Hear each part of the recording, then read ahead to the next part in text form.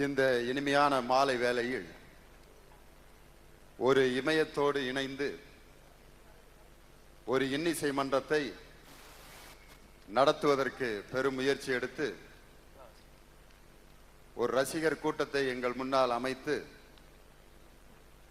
ஒரு புதிய இன்னிசை விருந்தை உங்களுக்கு தர வேண்டும் என்ற நோக்கத்தில் ராம்ஜி ஆடியோ வீடியோ நிறுவனம் இந்த நிகழ்ச்சியை மிகச் சிறப்பாக ஏற்பாடு செய்து தொடர்ந்து 250 வாரங்களாக பாட்டு மன்றம் என்ற பெயரில் விஜய் டிவியில் தொலைக்காட்சி தொடராக வழங்கி வருகிறது. அதுபோல இதையும் ஒரு புதுமையான தொடராக இன்று முதல் அறிமுகம் செய்ய வேண்டும் என்ற நோக்கத்தில் முதலாவதாக இந்த பாட்டு மன்றத்தை ஒரு மாபெரும் இமயம் இன்னிசை கடல் அரை நூற்றாண்டு காலமாக நமது நெஞ்சங்களில் பல இன்னிசை பாடல்களை இன்றும் ரீங்காரமிட்டு வருகின்ற இசைக்கு ஒரு பெரிய இலக்கணமாக திகழ்ந்து வரும் மெல்லிசை மன்னர் அவர்களுடன் ஒரு புதிய அனுபவமிக்க ஒரு இசையமைப்பாளருடன் நானும் இணைந்து வழங்குகின்ற ஒரு அற்புதமான நிகழ்ச்சி. இந்த நிகழ்ச்சிக்கு இசை வழங்குவதற்காக தமிழகம் எங்கும் இருக்கின்ற இசைக்கலைஞர்கள் பலரை ஒன்று சேர்த்து சரிகம பதனி என்ற ஒரு புதிய இசைக்குழுவை இந்த நிகழ்ச்சியில் உங்கள் முன்னால் அறிமுகம் செய்வதில் நான் மகிழ்ச்சி அடைகின்றேன். இந்த பாட்டு மன்றத்தை இன்னிசை மன்றத்தை நான் என்ன தலைப்பு அப்படின்னு பெரும்பாலும் நாங்கள் ஒரு தலைப்பு வைப்போம். இதுக்கு தலைப்பு வைக்க முடியாது.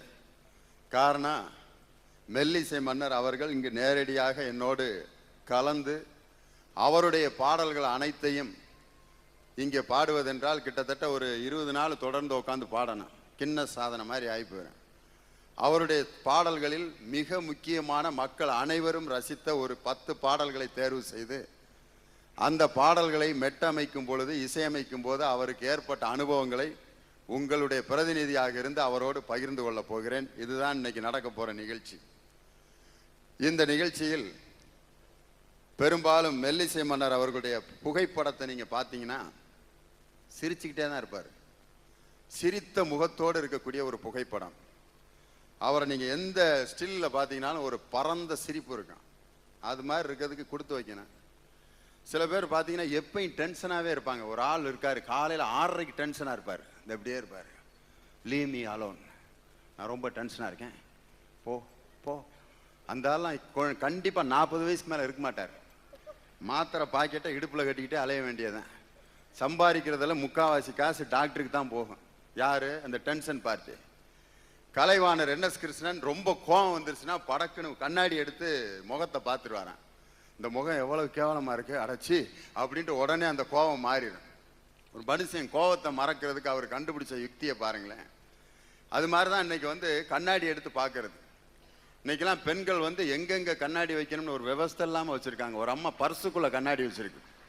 என்னன்னா, கண்டக்டர்கிட்ட காசு எடுக்கும்போது அந்த முகத்தை பார்த்து ஓகே நல்லா இருக்கு அப்படின்ட்டு அந்த நேரத்தில் அதை பார்க்காக்கிட்டு என்ன, கண்டக்டர்கிட்ட அந்த காசு எடுத்து கொடுக்குற அந்த கேப்பில் முகம் கெட்டு போயிருமா, அந்த இடத்துல அந்த முகத்தை பார்க்கறதுக்கு பர்சுக்குள்ள ஒரு கண்ணாடி.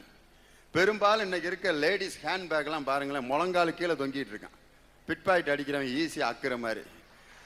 அதை அத்துட்டு போனாலும் அதில் ஒன்றும் இருக்காது. இன்னைக்கு ஒரு லேடிஸ் ஹேண்ட்பேக் 10 வாங்கி கொட்டி பாருங்களேன், என்ன இருக்கேன், ஒரு லிப்ஸ்டிக்கு, ஒரு பவுடர் டப்பா, இத்தனோண்டு கண்ணாடி, 4 ஸ்டிக்கர் போட்டு, அவ்வளோதான். அதனால தான் அது இவ்வளோ நீளம் ஏன் தொங்கிட்டு இருக்குன்னா அத்துட்டு போகிறாங்க. மொத்தம் ஒரு 2.25 ரூபா தான் உள்ளே இருக்கு அப்படின்னு. ஆனால் ஆம்பளைய ஒரு மஞ்சப்பை கொண்டு போனான்னா அதில் ஏதோ வில்லங்கம் இருக்குன்னு அர்த்தம். ஒரு மஞ்சப்பை, கருப்பு பிளாஸ்டிக் பை, இதை கொண்டுட்டு இப்படியே காமாக நடப்பேன். அப்போ தான் கண்டுபிடி இது அத்தா ஏகப்பட்ட விஷயம் இருக்கும்டா. ஆனால் அந்த வெளியில் லேடிஸ் தொங்க போட்டிருக்க ஹேண்ட்பேக் இருக்குது பார்த்தீங்களா, ரொம்ப காஸ்ட்லியான பேக்காக இருக்கும். அத்தா பேக்கும் பிஞ்சு போயிடும், உள்ளேயும் 2.25 ரூபா தான். அந்த கண்ணாடியை இந்த இடத்துல இந்த நேரத்தில் தான் பார்க்கணும்னு அன்னைக்கு பெரியவங்க எழுதி வச்சாங்க. யாராவது வயசு பிள்ளைய கண்ணாடி முன்னாடியே நின்றுட்டு இருந்தால் உடனே பின்னாடி நறுக்குன்னு ஒரு கொட்டு விழுங்க. என்ன கண்ணாடி, என்ன கண்ணாடி, போதும் போ பார்த்தது அப்படிமா. அதில் ஒரு அர்த்தம் இருக்குது. கண்ணாடி முன்னாடி ரொம்ப நின்னோம்னா நம்மளுக்கு ரொம்ப தற்பெருமை வந்துக்கிட்டே இருக்குமா. ஒண்ணுமில்லாத கூட நம்ம பெருசாக்கி நம்மளுக்கு ஒரு தற்பெருமை வந்துருங்கிறதுக்காக அன்னைக்கே பெரியவங்க கண்ணாடி முன்னாடி நிக்காத அப்படின்னு சொல்லியிருக்காங்க. இன்னைக்கு ஒரு பெரிய மக்களின் மிக லட்சோப லட்சம் ரசிக பெருமக்களை பெற்ற ஒரு மெல்லிசை மன்னர், அவரும் நானும் சேர்ந்து ஒரு நிகழ்ச்சியை வழங்க போறோம். என்ன செய்ய போறாங்க ரெண்டு பேரும்? இவர் ஒரு பெரிய இசை மேதை, இவர் பாவன் பட்டிமன்ற நடுவர். இவர் ரெண்டு பேரும் சேர்ந்து என்னையா செய்ய போறாங்க? நிறைய பேருக்கு ஒரு கேள்விக்குறி. நிறைய பேர் கேட்டாங்க, அவர் நல்லா இருக்குது பிடிக்கலையா ஐயா, ஏயா அவரை கொண்டு வந்து உங்க இதில் சேர்த்துருக்கீங்க அப்படின்னு ஒருத்தர் கேட்குறாரு. என்னமோ நான் அவரை அங்கே வச்சு ஒரு பெரிய சிக்கலுக்கு உள்ளாக்குற மாதிரி நிறைய பேர் என்னைய பயமுறுத்திட்டாங்க. அப்புறம் தான் ஐயா கிட்ட காலையில் வீட்டுக்கு போய், நீங்கள் ஒன்றும் பயப்படாதீங்க, உங்களுடைய பாட்டை மட்டும்தான் இங்கே நாங்கள் பேச போகிறோம். இன்னைக்கு இருக்கிற பாட்டோட நாங்கள் ஒப்பிட்டு பேச போகிறதே இல்லை, அதுக்கு வேற மேடை இருக்குது, அங்கே வச்சுக்குவேன். நான் உங்களை வச்சுக்கிட்டு அந்த மாதிரி ஒரு வேலை நாங்கள் செய்ய மாட்டோம். உங்களுடைய மதிப்பையும் மரியாதையும் காப்பாற்றுறதுல மிக அக்கறை உள்ளவர்களில் நானும் ஒருவன்.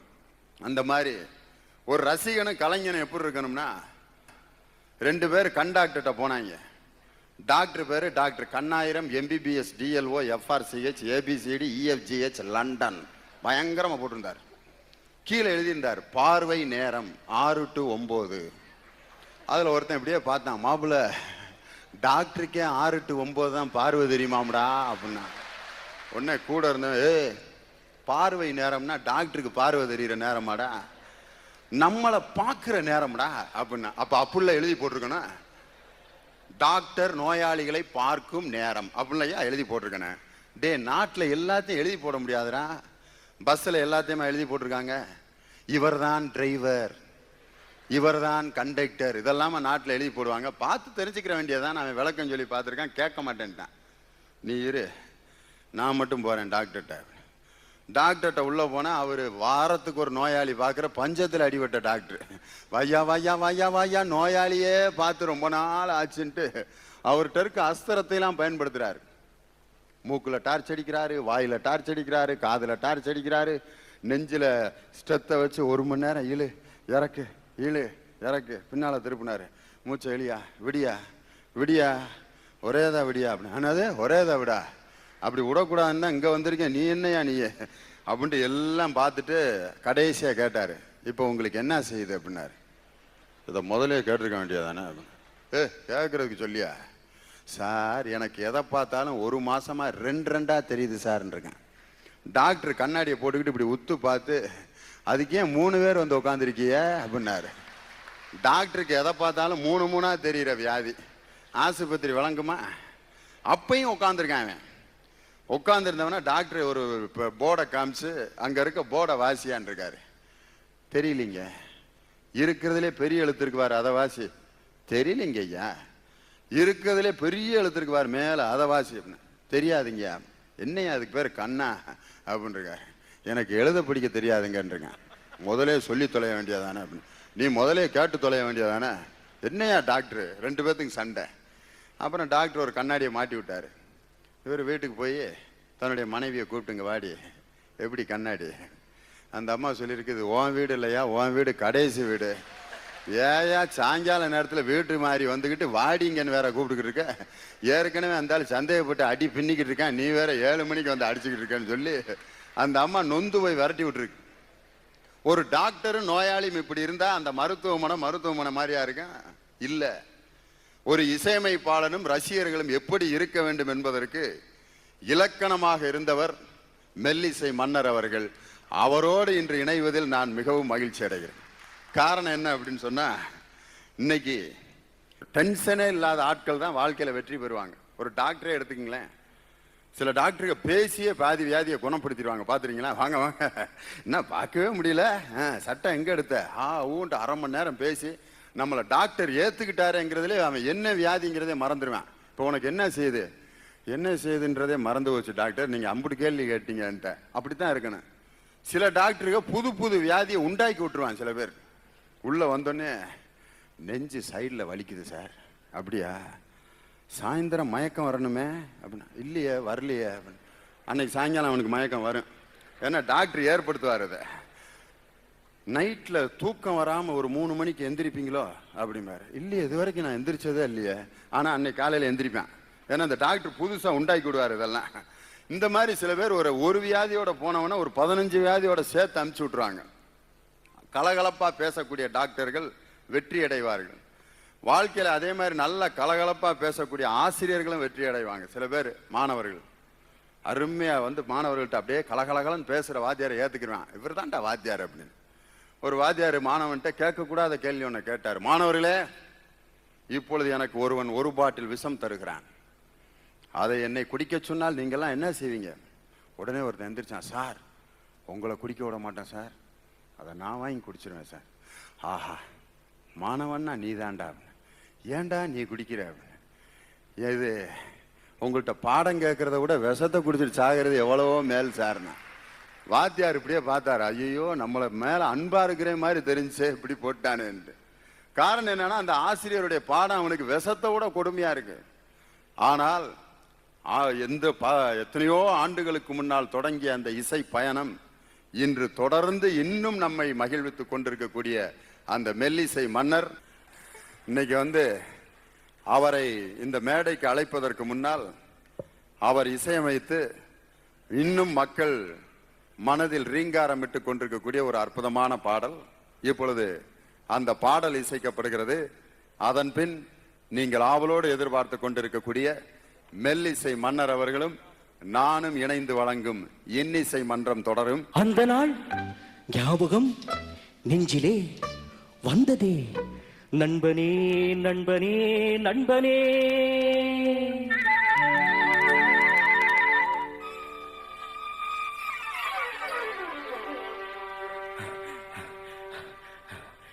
அந்த நாள் ஞாபகம் நெஞ்சிலே வந்ததே, நண்பனே நண்பனே நண்பனே.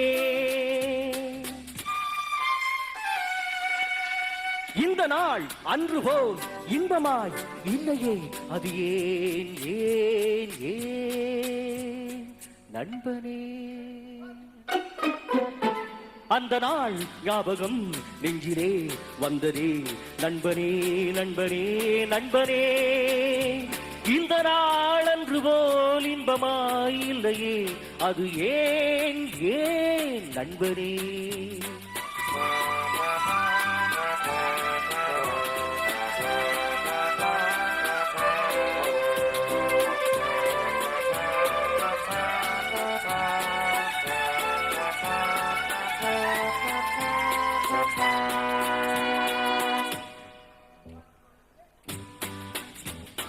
பாடம் படிப்பும் ஆட்டம் பாட்டம், இதை தவிர வேற எதை கண்டோம்? புத்தகம் பையிலே புத்தியோ பாட்டிலே, புத்தகம் பையிலே புத்தியோ பாட்டிலே. பள்ளியை பார்த்ததும் ஒதுங்குவோம் மழையிலே.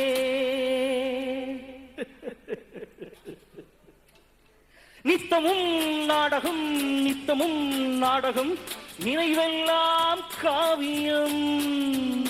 நித்தமும் நாடகம் நினைவெல்லாம் காவியம். உயர்ந்தவன் தாழ்ந்தவன் இல்லையே நம்மிடம்.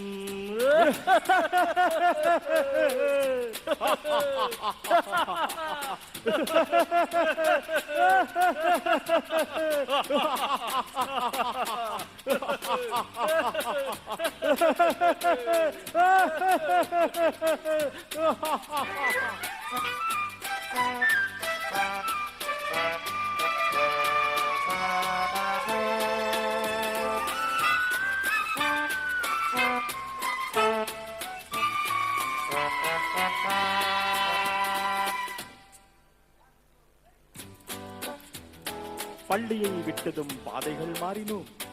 கடமையும் வந்தது, கவலையும் வந்தது. பாசம் என்றும் நேசம் என்றும், வீடு என்றும் மனைவி என்றும். பாசம் என்றும் நேசம் என்றும், வீடு என்றும் மனைவி என்றும். 100 சொந்தம் வந்த பின்பும் தேடுகின்ற அமைதி எங்கே?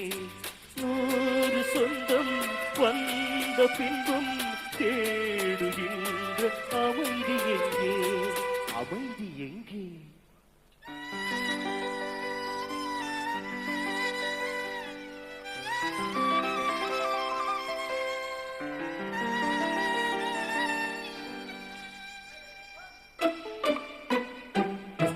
அந்த நாள் ஞாபகம் நெஞ்சிலே வந்ததே, நண்பனே நண்பனே நண்பனே. இந்த நாள் அன்று போல் இன்பமாயில்லையே, அது ஏன் ஏன் நண்பனே?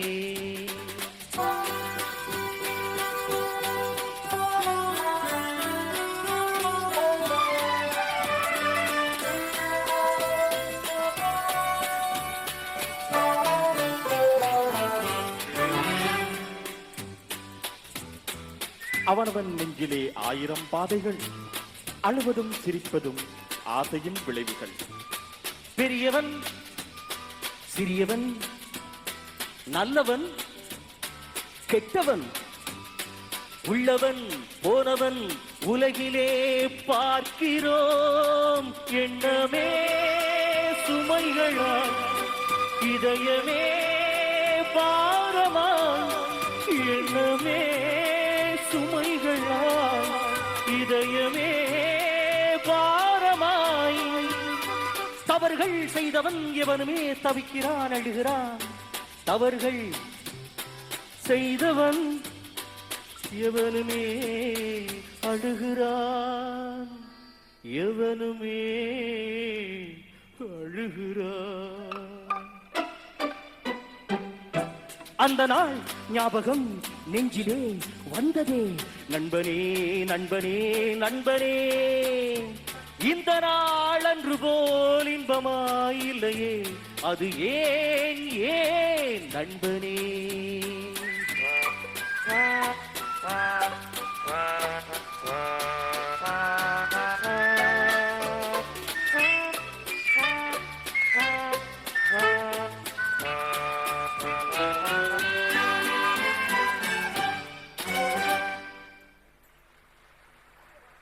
அந்த நாள் ஞாபகம், அந்த பழைய ஞாபகங்களை நினைச்சு பார்க்கறதுலே நமக்கே ஒரு சுகம். ஒரு கிழமை இப்படிதான் ட்ரெயின்ல இறங்கி ஸ்டேஷன்ல நடந்து வந்துகிட்டு இருந்திருக்காரு. அப்ப அந்த டிடிஆர் எல்லாத்தையும் டிக்கெட் வசூல் பண்ணிட்டு இருப்பாருல, அவர் ஒவ்வொருத்தர்கிட்டயா டிக்கெட் வாங்கிக்கிட்டே இருந்தாரு. அந்த கிழமை கொண்டு வந்து டிக்கெட் கொடுத்தாரு, அரை டிக்கெட்டு. என்னையா அரை டிக்கெட் எடுத்துட்டு வந்திருக்க, உனக்கு வயசு 65 ஆகுது அப்படின்னு. நான் சின்ன பையனா இருக்கும்போது ஏறினங்க இந்த ட்ரெயின்ல, இப்பதான் வந்து சேர்ந்துருக்குது. சும்மாரியா, உங்க வண்டி என்ன வண்டியா அப்படின்னு. சும்மாரியா, ரயில்வே அப்படி கேவலப்படுத்திக்கிட்டு இருக்க, எக்ஸ்பிரஸ் ட்ரெயினுக்கும் பேசஞ்சர் ட்ரெயினுக்கும் என்ன வித்தியாசம் அப்படின்னு கேட்டார் அவர்கிட்ட. எக்ஸ்பிரஸ் வேகமா போவேன், பாசஞ்சர் சீக்கிரமா இது மெதுவா வரும். இல்ல, நின்னு நின்னு லேட்டா போறது பாசஞ்சர் ட்ரெயின், நிக்காமையே லேட்டா போறது எக்ஸ்பிரஸ் ட்ரெயின் இருக்காரு அந்த கிழமை. காரணம் என்னன்னா அவருடைய அனுபவம். எத்தனை வண்டியில ஏறி இறங்கி அந்த அனுபவம் மிக்க அந்த நினைவுகள்ல இருந்து உதிர்ந்ததுதான் இந்த தத்துவம். அப்படிப்பட்ட அனுபவங்களின் தொகுப்பாக இருக்கும் மெல்லிசை மன்னர் MSV அவர்களை இப்பொழுது மேடைக்கு வரும்படி அன்போடு உங்களுடைய பலத்த கரவொலிக்கிடையில் அவர்களை அன்போடு அழைக்கின்றேன். இந்த பாடலை ரொம்ப அருமையா கேட்டீங்க. ஒரே ஒரு கேள்வி ஒண்ணு, சின்ன கேள்வி வந்தோன்ன. இந்த பாட்டை பாடும் பொழுது TM சௌந்தரராஜன் அவர்கள் பேட்டியில சொன்னாங்க, என்ன சொன்னாங்கன்னா, இந்த பாட்டை நீங்க பாட பாட அவருக்கு அந்த எஃபெக்ட் வரல,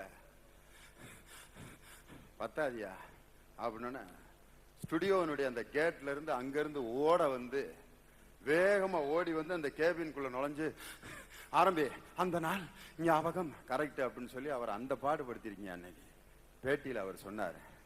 உண்மையிலே அப்படி ஒரு பாடகருடைய முழு திறமையையும் கிரகிக்கின்ற ஆற்றல் மெல்லிசை மன்னருக்கு உண்டு. நான் கேட்க போற கேள்வி என்ன தெரியுமா, இந்த தத்துவ பாட்டு எம்ஜிஆருக்கும் போட்டிருக்கீங்க, சிவாஜி அவர்களுக்கும் போட்டிருக்கீங்க. எம்ஜிஆருடைய பாட்டை கேளுங்களேன், ரொம்ப இந்த வாக்கியங்களே ரொம்ப எளிமையான அமைப்பா இருக்கு. அவனுக்கு என்ன தூங்கி விட்டான், ஆகப்பட்டவன் நான் அல்லவா, 2 மாதத்திலே கைகளிலே போட்டு விட்டான், கைகளிலே போட்டு விட்டான். அவ்வளவுதான். நறுக்கு நறுக்கு நறுக்குன்னு வெட்டி போட்ட மாதிரி. சிவாஜி கணேசனுடைய பாட்டை பாருங்க, அவரை கசக்கி புழிஞ்சிருவாரு பாட்டை போட்டு. Oh lord please answer my prayer. தேவனே என்னை பாருங்கள், என் பாவங்கள் தம்மை வாங்கிக் கொள்ளுங்கள், பாவங்கள் தம்மை வாங்கிக் கொள்ளுங்கள். இப்படி பாட்டு போட்டா அவரு நெஞ்செல்லாம் கசக்கி பொறிஞ்சுதான் நடிச்சாங்க. ஏன் இப்படி அவங்க ரெண்டு பேர்த்துக்கும் மாத்தி மாத்தி போட்டு அந்த ட்ரெண்டை செட் பண்ணதே நீங்க தான் நினைக்கிறேன். அது உண்மையா? எல்லோருக்கும் தாழ்மையான வணக்கம். இந்த மேடை கடவுள் அமைத்து வைத்த மேடை. இது கல்யாண மேடை அல்ல, விவாத மேடை அல்ல, அரசியல் மேடை அல்ல, தத்துவ மேடை அல்ல, பசுமையான நினைவுகளை பகிர்ந்து கொள்ளும் மேடை. அதனால அவர் என்ன வேணாலும் பண்ணலாம், நானும் பார்த்துட்டு இருக்கிறான், கேள்வி கேட்கலாம், என்னால் முடிஞ்ச அளவுக்கு பதில் சொல்லலாம். முக்கியமா இன்ஸ்பிரேஷன், அதாவது இப்போ எனக்கு மூடு வர்ற மாதிரி என்ன டியூன் பண்ணும், என்ன சுதி சேர்க்கணும்னு சொல்லுவாங்க. அப்படி எனக்கு அந்த காலத்தில் வாய்த்த டைரக்டர்கள் அவங்க சிச்சுவேஷன் சொல்லுவாங்க, பக்கத்தில் இருந்து பாட்டு எழுதுறவங்க. இப்போ இந்த பர்டிகுலர் சாங் ஒன்று உயர்ந்த மனிதனில் அது சிவாஜி அவர்களே இந்த பாட்டை கேட்டுட்டு இது எல்லாம் விசுவும் கண்ணதா வாலியும் டிஎம்எஸும் எல்லாம் சேர்ந்து எனக்கு புழிஞ்சு கொடுத்துட்டாங்க. இது நல்லா யார் நடித்தாலும் நல்லா இருக்கணும், அவ்வளோ பெருந்தன்மையாக சொன்னார் ஒரு பேட்டியில். அது என்ன காரணம்னாக்கா, இந்த பாட்டு வர்றதுக்கு காரணமே, இந்த பாட்டு இந்த படத்தில் அமைகிறதுக்கே காரணம் ஏவிஎம் அவர்கள் சன் குமரன் ஒரு இருக்கார், குமரன் சார். அவர் ரொம்ப அடக்கமானவர், வெளியே தெரியவே மாட்டார். ஆனால் அவர் மியூசிக் சிட்டிங்கில் என் கூட உட்காருவார். உட்காந்து எனக்கு அப்படி வேணும் இப்படி வேணும். அப்போது இந்த ஈவினிங் இன் பாரிஸ்னு ஒரு இங்கிலீஷில் ஒரு படம் இருந்தது. அதில் இந்த மாதிரி ஒரு வாக்கிங் ஸ்டைலில் ஒரு சாங் ஒன்று பாடிட்டுருப்பார். அப்போ என்கிட்ட சொன்னார், அந்த மாதிரி ஸ்டைலில் எனக்கு ஒரு பாட்டு வேணும், சும்மா டயலாக் ஃபார்ம். அந்த பாடல் ஈவினிங் இன் பாரிஸ் அல்ல, நான் 5 வயதா குழந்தையா இருக்கும்போதே அந்த மாதிரி நம்ம பாடல்களை கேட்டிருக்கேன், தமிழ் பாட்டு.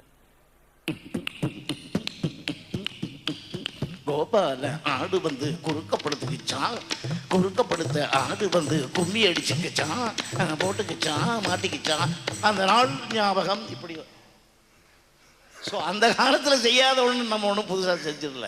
இந்த பாட்டை கேட்டோன்னே வேகமா நடக்கணும் போல இருக்கு. இப்ப நீங்க சொன்னது கோபாலே வேகம் படபட நடந்தா தான் நின்று இதை கேட்டுக்கிட்டு நிக்கவே முடியல என்னால. எதுக்கு தெரியுமா சொல்றேன்? அந்த மாதிரி நம்ம பழைய பாடல்கள், ஃபோக் சாங் ஆகட்டும், ரேப் சாங் ஆகட்டும், ரிதம் சாங் ஆகட்டும், எத்தனையோ பேர் செஞ்சு வச்சிருக்காங்க. அதை நம்ம அந்த பழமை மாறாத புதுமையை நம்ம செய்யறோம். ஒன்றிலிருந்து தான் ஒன்று. இன்னொரு கேள்வி கேட்டீங்க, எம்ஜிஆரை பற்றி சிவாஜியை பற்றி. இல்லை, மன்னிக்கணும், அந்த கதையில் என்ன பாத்திரமோ அதுக்கு தான் பாட்டு. அது யார் பாடினா நல்லா இருக்கும். இப்போ கதை ஆக்ட் பண்ணும்போது கூட எம்ஜிஆர் அவர்கள் ஆக்ட் பண்ணும்போது அது ஒரு டைப் கதையாக இருக்கும், அவருக்கு சூட்டபிளான கதை. அதை குருவி தலையில் என்னமோ சொல்லுவாங்களே, பணங்க வைக்க முடியாது, நம்மளுக்கு தகுந்த சுமையை தான் தூக்கிக்கிடும்பாங்க. அவர் எம்ஜிஆரே சொல்லுவார், எனக்கு என்ன வருமோ அதுதான் நான் ஆக்ட் பண்ணணும், எனக்கு என்ன டைப் பாட்டு வேணுமோ அதுதான் வேணும். சிவாஜி அப்போ சொல்லுவார். இப்படி அவங்க என்னன்னு கேட்டால் எனக்கு ஒரு அந்த காலத்தில் நான் கொஞ்சம் வேதனைப்பட்டிருப்பேன். இப்போ அது எனக்கு இப்போ நினச்சி பார்க்கும்போது மகிழ்ச்சியாக இருக்குது. அவ்வளோ பெரிய ஹீரோ 2 பேருக்கும் அந்த மாதிரி மாற்றி மாற்றி பாடல்களை போட்டு, இன்னும் பார்க்க போனால் எப்படி வேணுமோ என்ன குரல் இருக்கோ, ஒரு குருவி தலையில் பணங்க வச்சு, நான் பெரிய சங்கீதம் தெரிஞ்சேன்னு சொல்லி ரொம்ப சங்கதிகளெல்லாம் வச்சு உங்களுக்கு பாட்டு கொடுத்தேனாக்கா, இப்போ நீங்கள் இப்போ என் கூட பாட வந்தீங்கன்னா உங்கள் பாட்டை ஹிட் பண்ண முடியும். உங்களுக்கு என்ன சுமையோ அதை தான் கொடுக்கணும் ஒரு கிரியேட்டர். அப்படி அமைந்த பாடல்கள் அந்த காலத்து பாடல்களும். நீங்கள் எம்ஜிஆருக்கு, சிவாஜிக்கு, ஜெமினி கணேசன் ஒரு உதாரணம் சொல்கிறேன் உங்களுக்கு. வாழ்க்கை படகுன்னு ஒரு படம். அந்த படத்தில் எஸ்.எஸ். வாசன் அவர்கள் உட்கார்ந்து, முதல் அனுபவம் எங்களுக்கு, நாங்கள் போயிருக்கோம். போய் அவர் ஹீரோவுக்கு ஒரு பாட்டு வேணும். நம்ப மாட்டீங்க, கவிஞர் தான் பாட்டு எழுதினார். நானும் அவரும் சேர்ந்து ஒரு 35 பாட்டு டியூனோட போட்டிருப்போம். 35 பாட்டு பாருங்க, அதில் பாருங்க. நான் கலைஞன் அல்ல உன்னை சீலை வடிக்க, நான் கவிஞன் அல்ல உன்னை கவி வாழ, நான் கலைஞன் அல்ல உன்னை சீலை வடிக்க, நான் கவிஞன் அல்ல உன்னை கவி பாட. இப்படி பலதா ஒவ்வொன்றா தன்னடக்கமாக சொல்லிட்டு இருப்பாங்க. நான் அவன் இல்லை, நான் பெரிய ஆள் இல்லை, நான் சின்னவன். ஸோ இந்த பாட்டை எஸ்.எஸ். வாசன் அவருடைய அனுபவத்தை பாருங்க. ஒரு 300 தடவை வாசிங்கோன்னு கண்ணை மூடிடுவார். அப்படியே அதை ரசிக்கிறாராம். உடனே கவிஞர் பக்கத்தில் இருந்துட்டு, டேய் அவர் கண்ணு திறக்கிறது கூட எனக்கு வேற வேலை இருக்கிறா, நான் பார்த்துட்டு வந்தார், என்ன உடனே ஓடிட்டார் அவர். ஸோ அவ்வளோ ரசித்து பார்த்து அவர் என்ன சொன்னார் தெரியுங்களா? அதான் அனுபவம். அவர் சொன்னார், ரொம்ப அருமை, ரொம்ப பிரமாதம், ரொம்ப சாகித்யம் அப்படி இருக்குது, ரொம்ப டியூன் நல்லா இருக்குது, உருக்கி எடுத்துரும். ஆனால் இது என்னுடைய ஹீரோவுக்கு லாய்க்கு இல்லைன்ட்டார். 300 தரம் பாடி 300 தரம் கேட்டு என் மூச்செல்லாம் நின்றதுக்கப்புறம் இந்த பதில் சொல்கிறார். ஏங்கன்னு கேட்டேன். அவர் சொன்னார், நான் பெரிய நடிகன் இல்லை, நான் பெரிய கவிஞன் இல்லை, நான் பெரிய இசையமைப்பாளர் இல்லை அப்படின்னு தன்னடக்கத்தோடு ஒருத்தர் சொல்லும்போது அவங்ககிட்ட அந்த தகுதி இருக்குன்னு அர்த்தமா. அந்த தகுதி இல்லாதவன் நான் பெரிய ஆள் இல்லைன்னா திருப்பி அவனே சொல்லுவான், ஆமா நீ பெரிய ஆள் இல்லை போடான்றான். அது மாதிரி இது என்னுடைய ஹீரோவுக்கு லாய்க்கு இல்லை, இது சிவாஜி கணேசனுக்கு ஏதாவது படம் வந்தா போட்டுங்க, எனக்கு இன்னொரு பாட்டு கொடுங்க அப்படின்னாரு. நேற்று வரை நீ யாரோ நானாரோ, இன்று முதல் நீ வேறோ நான் வேறோ, காணும் முதல் நீ எங்கே நான் எங்கே, கண்டவுடன் நீ எங்கே நான் அங்கே. நிச்சயமா சொல்றேன், அந்த பாட்டு நம்ம ஜெமினி கணேசன் பாடியிருந்தாருன்னா இந்த அளவுக்கு பாப்புலர் ஆயிருக்காது. இது ஜெமினி கணேசன் பாடுறதுனால பாப்புலர். அவர் சொன்னார், என் காதல் மன்னன் ஒரு மாதிரி டைப்பானவன், இவனுக்கு போய் அந்த மாதிரி பாட்டெல்லாம் போடாத. அதே மாதிரி இந்த பாட்டு நீங்க பாடலன்னா ஹிட்டே ஆயிருக்காது. தொலைக்காட்சியில வயலும் வாழ்வும்னு. தாய் நிலம் தந்த வரம் தாவரம், அது தழைக்க தழைக்க மகிழ்வார்கள் யாவரும், தன்னானே தானே நன்னே தனனே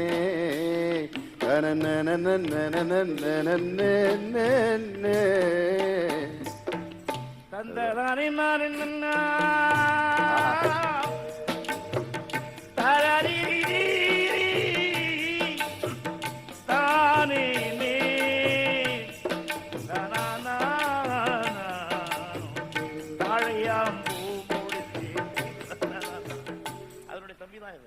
ஓஹோ, தாளையாம் பூம்பிடிச்சுல இருந்து தான் வயலும் வாழ்வுக்கு வந்ததா? இந்த ரகசியம் நமக்கு தெரியாம போச்சு பாருங்க. முதல்ல அப்பா தாளையாம் பூம்பிடிச்சுதான். இப்போ பல ரகசியங்கள் நீங்க நான் சொல்ல ஆரம்பிச்சேன்னா நாளைக்கு நீங்களும் மியூசிக் லைட் ஆயிடுவீங்க, இங்க இருக்கிறவங்களும் ஆயிடுவாங்க. இது பாக்குறீங்களா? பேசுவது கிளியா இல்லை பெண்ணரசி மொழியா, தாரு நன்ன தருணா தான நன்னா ஹோய் ஹோய் ஹோய் ஹோய். இது சந்தம். இந்த சந்தத்தை கேக்குறீங்களா? வீடு வரை உறவு, வீதி வரை மனைவி, காடு வரை பிள்ளை, கடைசி வரை யாரோ. வீடு வரை உறவு இல்லை, வீதி வரை மனைவி, காடு வரை பிள்ளை, கடைசி வரை யாரோ. வீடு வரை உறவு, வீடு வரை உறவு, பேசுவது கிளியா ஹோ ஹோ ஹோ, பாம்பழத்து வந்து வாசமர செண்டு, யார் வரவை கண்டு நாணியது என்று ஓ, ஓ, ஓ, வீடு வரை உறவு வீதி வரை மனைவி காடு வரை பிள்ளை கடைசி வரை யாரோ வீடு வரை உறவு வீதி வரை மனைவி வீடு வரை உறவு வீதி வரை மனைவி காடு வரை பிள்ளை கடைசி வரை யாரோ கடைசி வரை யாரோ.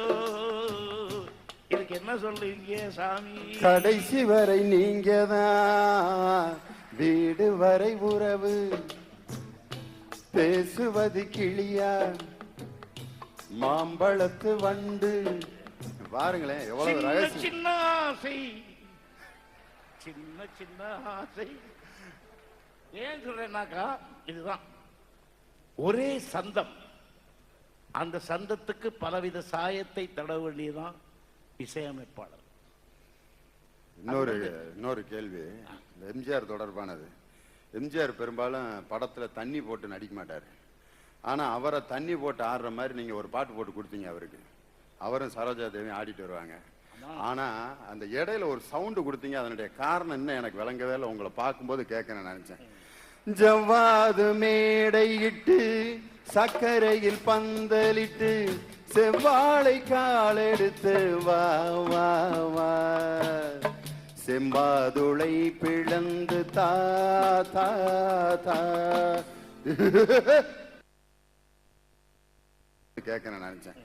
ஜவ்வாது மேடையிட்டு சக்கரையில் பந்தலிட்டு செவ்வாழை காலெடுத்து வா வா வா செம்பாதுளை பிளந்து தா தா தா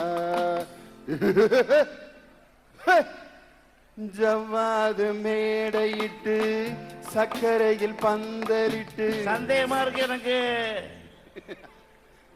சந்தேகமா இருக்கு. கரெக்டா தான் இருக்கீங்க. இல்ல இல்ல நீங்க வேற நல்லா தான் இருக்கேன். அந்த பாட்டை நீங்க உங்க முன்னாடி உணர்ந்து பாடாட்டி அப்புறம் மரியாதை இல்லை இல்ல.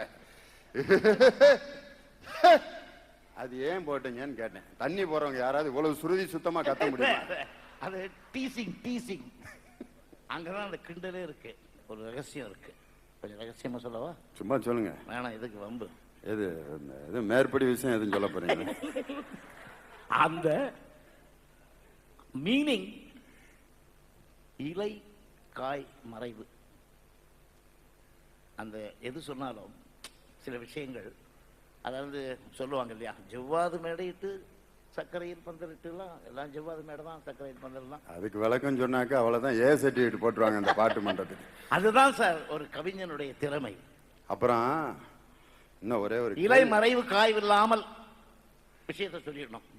அந்த அதனால காதலினும் பரிசு தந்தேன், நான் காதல் என்னும் கவிதை சொன்னேன் கட்டிலின் மேலே, அந்த கவிதைக்கு நான் பரிசு தந்தேன் தொட்டிலின் மேலே.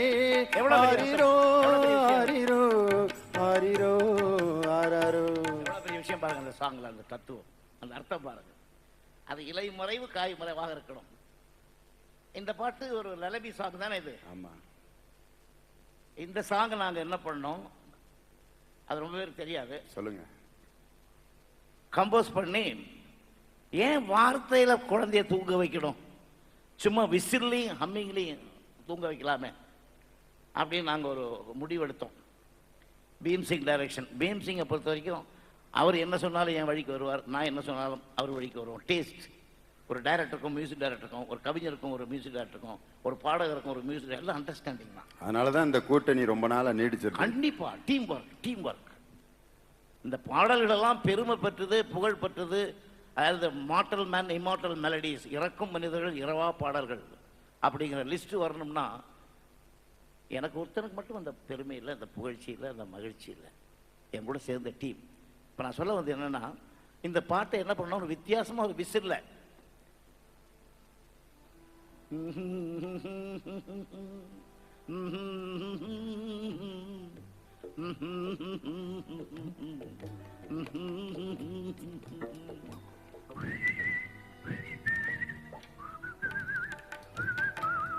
இதுதான் எங்கள் ஐடியா. ஹீரோ விசில், ஹீரோயின் வெறும் ஹம்மிங். வெறும் விசில் ஹம்மிங்லே பாட்டை முடிச்சு. ஆமாம், குழந்தைக்கு விசில் அடித்து இது ஹம்மிங் வச்சு தூங்க வைக்க போகிறோம்னு முடிவு எடுத்தாச்சுடா. ரெக்கார்ட் பண்ணிட்டு இருக்கோம், நீங்கள் வேண்டாம். எங்கள் பாட்டில் ராஜுன்னு அப்போ கீபோர்டெலாம் கிடையாது. ராஜுன்னு ஒருத்தர் விசில் அடித்தார். ஹம்மிங் வந்து வேறு ஒரு கோரஸ் பாடுற ஒரு ஆர்டிஸ்ட் தான், பெரிய ஆர்டிஸ்ட் கூட இல்லை. இது ரெடி பண்ணிட்டு இருக்கோம். கவிஞர் வந்த உடனே நேராக போய் சிவாஜி கணேசன் அவர்கள் பக்கத்து தியேட்டரில் நடிச்சிட்டு இருக்கார் செட்டில். இந்த மாதிரி அருமையான ஒரு மெட்டு போட்டிருக்கான், அவன் ஒரே பிடிவாதமாக இருக்கான். அது நீங்கள் பாடி அந்த அம்மா அம்மிங் பண்ணி நீங்கள் விசில் பண்ணால் நல்லாயிருக்கும், அவனை போய் சொல்லுங்கன்னாரு. அதுதான் அந்த பாட்டு. நீரோடும் வைகையிலே நின்றாடும் மீனே, நெய்யூரும் கானகத்தில் கைகாட்டும் மானே, தாளாட்டும் வானகத்தில் பாலூட்டும் வெண்ணிலவே இருக்கு இல்லையா? இது வந்து ஹம்மிங்கும் விசிலும் சேர்ந்து போட்ட பாட்டை இவர் போய் மறுபடியும் சிவாஜியை கூட்டி இழுத்து வருது. எனக்கு வந்து இப்படி இருந்தால் நல்லா இருக்கும்னு அவரை சொல்ல வச்சு. எதுக்கு சொல்றேன்னா, ஒரு கலைஞனுடைய ஆர்வம். அவருக்கு என்ன, சரி விசிலையும் தூங்க வச்சுக்கிட்டு அந்த பாட்டு கேட்ட உடனே அவருடைய தன் வசம் அவருக்கு அந்த ஈடுபாடு வந்து, இப்படியெல்லாம் கலைஞர்களுடைய ஈடுபாடுகள் இருக்கு. இதுதான் வெற்றியினுடைய ரகசியம். இப்போ நீங்க சொன்னீங்களே, அதனால கதைக்காக பாடல்களை ஒழிய எத்தனை பேர் பாட்டுக்காக கதை இல்லை. இப்போ இன்னொரு பாடல் மெல்லிசை மன்னர் அவர்களுடைய இசையமைப்பில் உருவான ஒரு பாடல் இப்பொழுது இசைக்குழுவினர் இசைக்கிறார்கள். உன்னை ஒன்று கேட்பேன், உண்மை சொல்ல வேண்டும். என்னை பாடச் சொன்னால் என்ன பாடத் தோன்றும், என்ன பாடத் தோன்றும். உன்னை ஒன்று கேட்பேன், உண்மை சொல்ல வேண்டும். என்னை பாடச் சொன்னால் என்ன பாடத் தோன்றும்.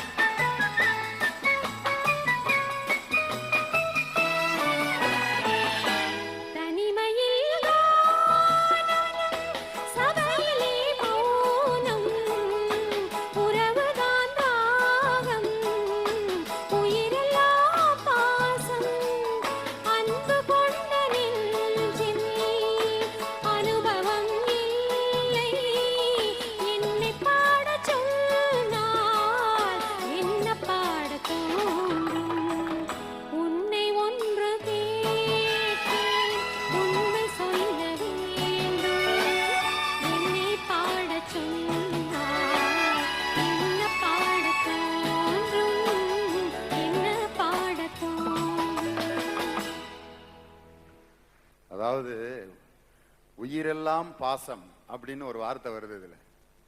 உடலில் இருக்கக்கூடிய உயிர் முழுவதும் பாசமாக கொண்டு வந்து வெளிப்படுத்துற ஒரு அன்பு இன்னைக்கு பார்க்கறதே சிரமமாயி போச்சு. ஒரு ஆளு புதுசா கல்யாணம் ஆனாலும் ஒரு வருஷம் கழிச்சு ரொம்ப சவிக்கம் இல்லாம இருந்தார்.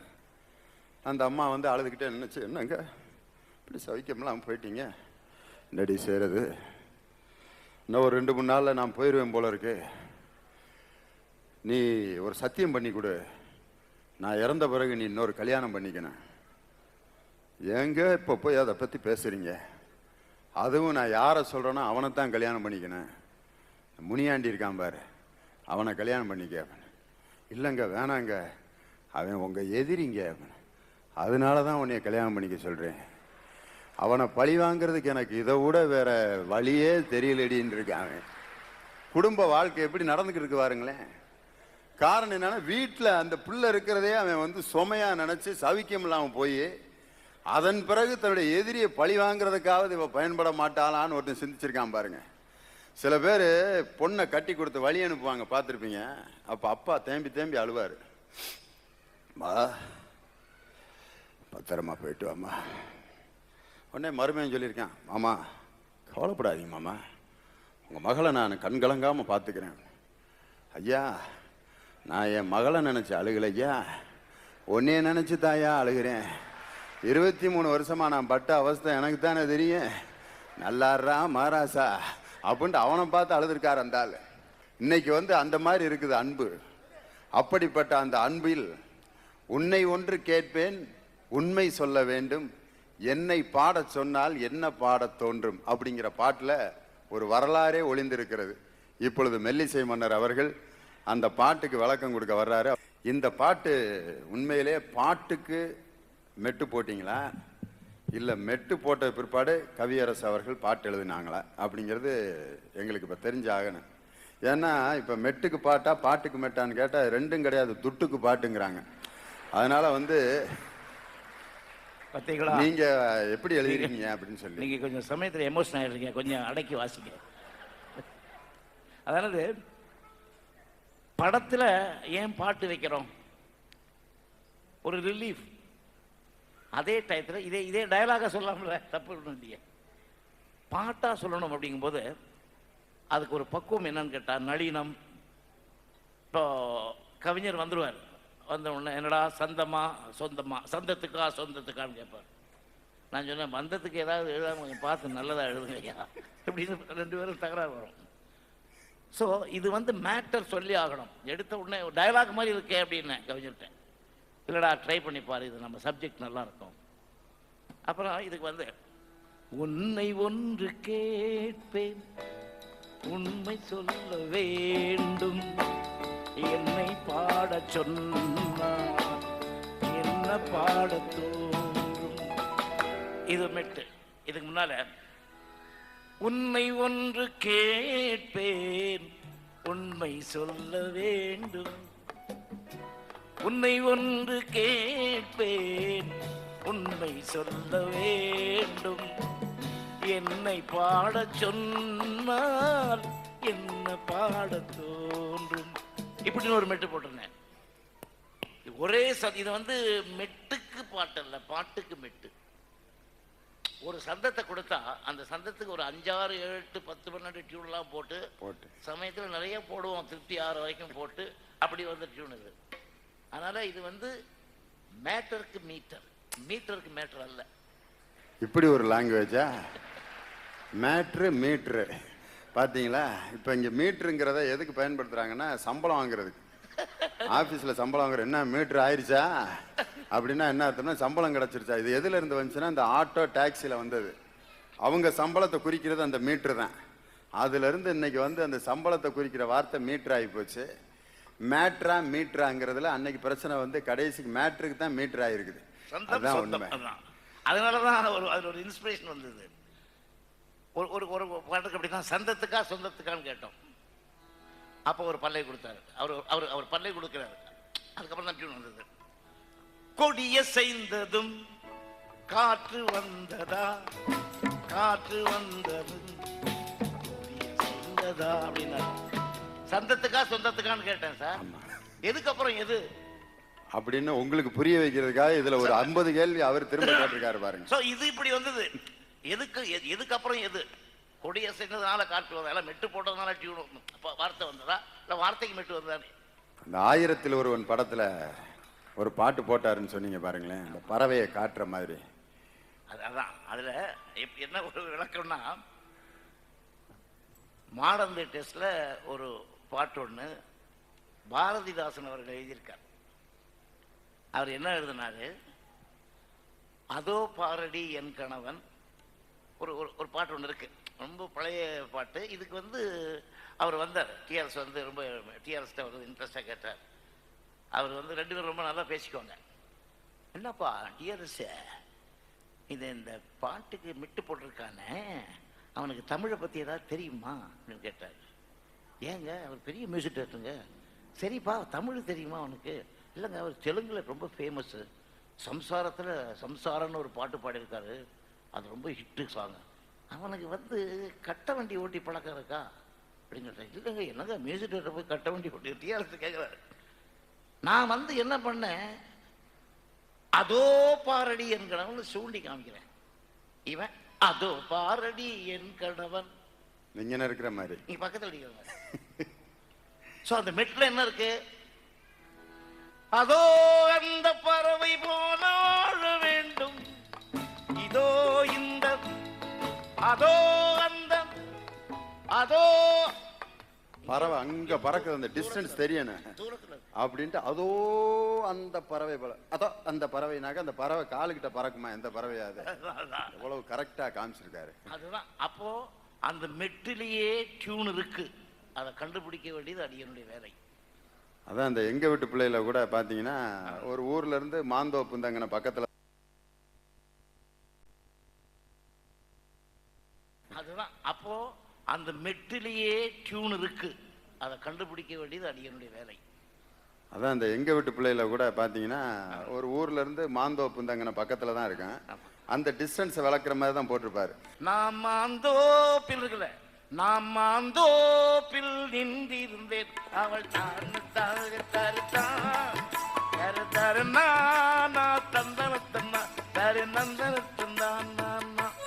அதுல அருமையான வரியை போய் தந்தனத்தான் போடுறீங்களே, என்ன அழகான. நான் கொடுத்தாலும் வாங்கவில்லை, இந்த கண்ணம் வேண்டும் என்றான். சுகமான இடமே அந்த இடம் தான். அதுல இன்னொன்னு பாருங்களேன், நீங்க ரொம்ப சுகவாசியா இருக்கலாம், எனக்கு அது அனுபவப்பத்தல. இதை வச்சு இப்ப நான் ஒண்ணு கண்டுபிடிச்சிருக்கேன்.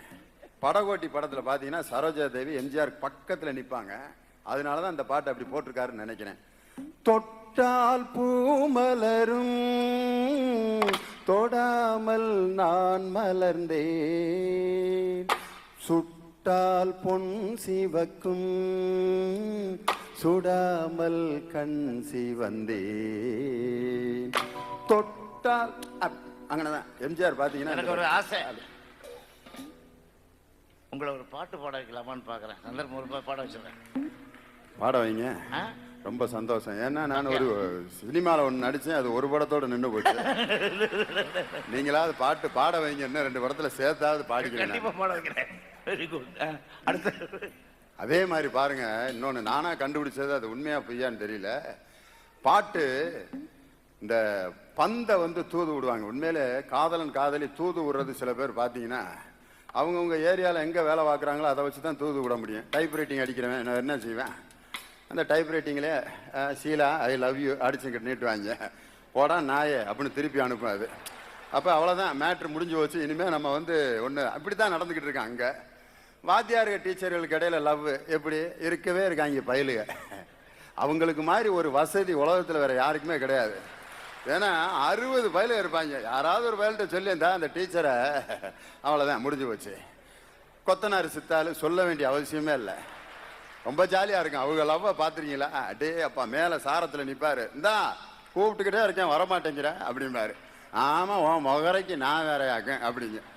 அப்படின்னா என்ன அர்த்தம், அது ரொம்ப லைக்கிங்கில் இருக்குன்னு அர்த்தம். இந்த மாதிரி பந்தை தூது விட்டாரு.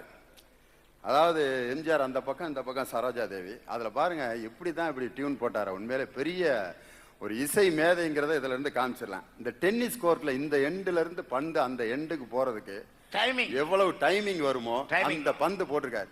பறக்கும் பந்து பறக்கும், அது பறந்தோடி வரும் தூது அதுல இன்னொரு வேடிக்கை பாருங்க. சிரிக்கும். அது இன்னொரு விஷயம் பாருங்க. இப்ப இதெல்லாம் கிடையாது. அப்போ இதெல்லாம் இல்ல, கீபோர்டு கிடையாது, இந்த மாதிரி எல்லாம் கொடுக்கல. பாருங்க, பறக்கும் பந்து பறக்கும், பறக்கும் பந்து பறக்கும். என்ன அது விரல் கூட பேசுது இவர்கிட்ட. இந்த டயத்துல, இந்த பாட்டு எடுக்கிற டயத்துல எங்களுக்கு இந்த டெக்னாலஜிக்கல்ல எந்த அட்வான்ஸும் இல்லை. சதன் என்கிட்ட ஒரு பையன் இருந்தான், செத்து போயிட்டான் பாவம்.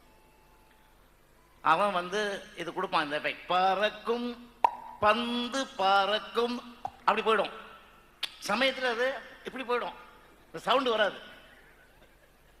ஸோ இந்த பாட்டை காலையில் 9 மணிலேருந்து ராத்திரி 1 மணி வரைக்கும் கஷ்டப்பட்டு, இப்பெல்லாம் பிச்சு பிச்சு எடுக்கிறாங்களா, அப்போ எடுக்க முடியாது. ஒரு சின்ன மிஸ்டேக் வந்துச்சுன்னா கூட முதல்ல தான் எடுக்கணும், பாடி ஆகணும். சார் எவ்வளோ கஷ்டப்பட்டுருக்காங்க சார், என் கூட பாருங்க. பறக்கும் அப்படி இருக்கு. எப்படி இந்த சவுண்ட் வருதுன்னு இப்ப எனக்கு இப்ப நீங்க பேசுனதெல்லாம் எனக்கு மறந்து போச்சு. கேளுங்க கேளுங்க. இத பச்சை தீபம் பாடி இழுத்தனா ரத்தம் வரும். இல்ல இல்ல அதான் சொல்றேன். அவர் இதுல இருந்து பாருங்க, ஒரு மியூசிக்கல் நோட்டே வருது பாருங்க. அடுத்த நாள் இந்த ரெக்கார்டிங் முடிச்ச அந்த பையன் வந்தான் சதன். ராத்திரி 9-10 மணி ஆகி போச்சு. அடுத்த நாள் சதன் நல்ல பர்சனாலிட்டியா இருப்பான். சதன் என்ன கூப்பிடுங்க, ஏண்டா எப்படி இருக்கா சதன் கேளுங்க, கேளுங்களேன். ஏண்டா சதன் எப்படி இருக்கேன்னு கேளுங்களேன். ஐயோ இருந்தாலும் பரவாயில்ல. ஏண்டா சதன் எப்படி இருக்கியா? வாயெல்லாம் கோடி போச்சு, பிஞ்சு போச்சு. ஆமா, பின்ன நீங்க 15 டேக் எடுத்திருப்பீங்க, 2000 தடவை இழுத்தாக்க அந்த உதடும் கையும் என்னத்துக்காக? பாவம் அந்த மனுஷனை. உண்மையில ஒரு சின்ன கலைஞனை கூட எவ்வளவு அவருடைய திறமையை முழுசா வெளியே வாங்கியிருக்காரு. பந்து தூது இப்படியா? அதே மாதிரி மீன் பிடிக்கிறவங்க யாரை தூது விடுவாங்க? அலை தான். அந்த அலை போற சவுண்டு போயிட்டு வர்றதுக்கு எவ்வளவு நேரம் ஆகுமோ அந்த நேரத்தை கால்குலேட் பண்ணி பாட்டு போட்டிருக்காரு பாருங்க படகோட்டியில.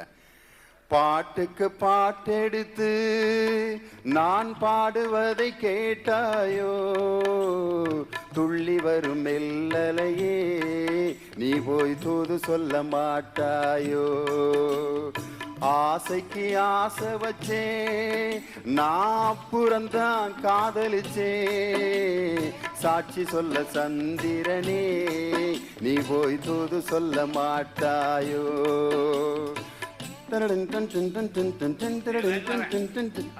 நீ பெரினா பேசிக்கிட்ட உட்காந்து அந்த அலையோட கூட சேர்ந்து பாடி பாருங்களேன், கரெக்டா டேலி ஆகும். சின்ன ரிக்வெஸ்ட், நீங்க என்ன பண்றீங்க, இந்த ஸ்டேஜ் பாடுங்க.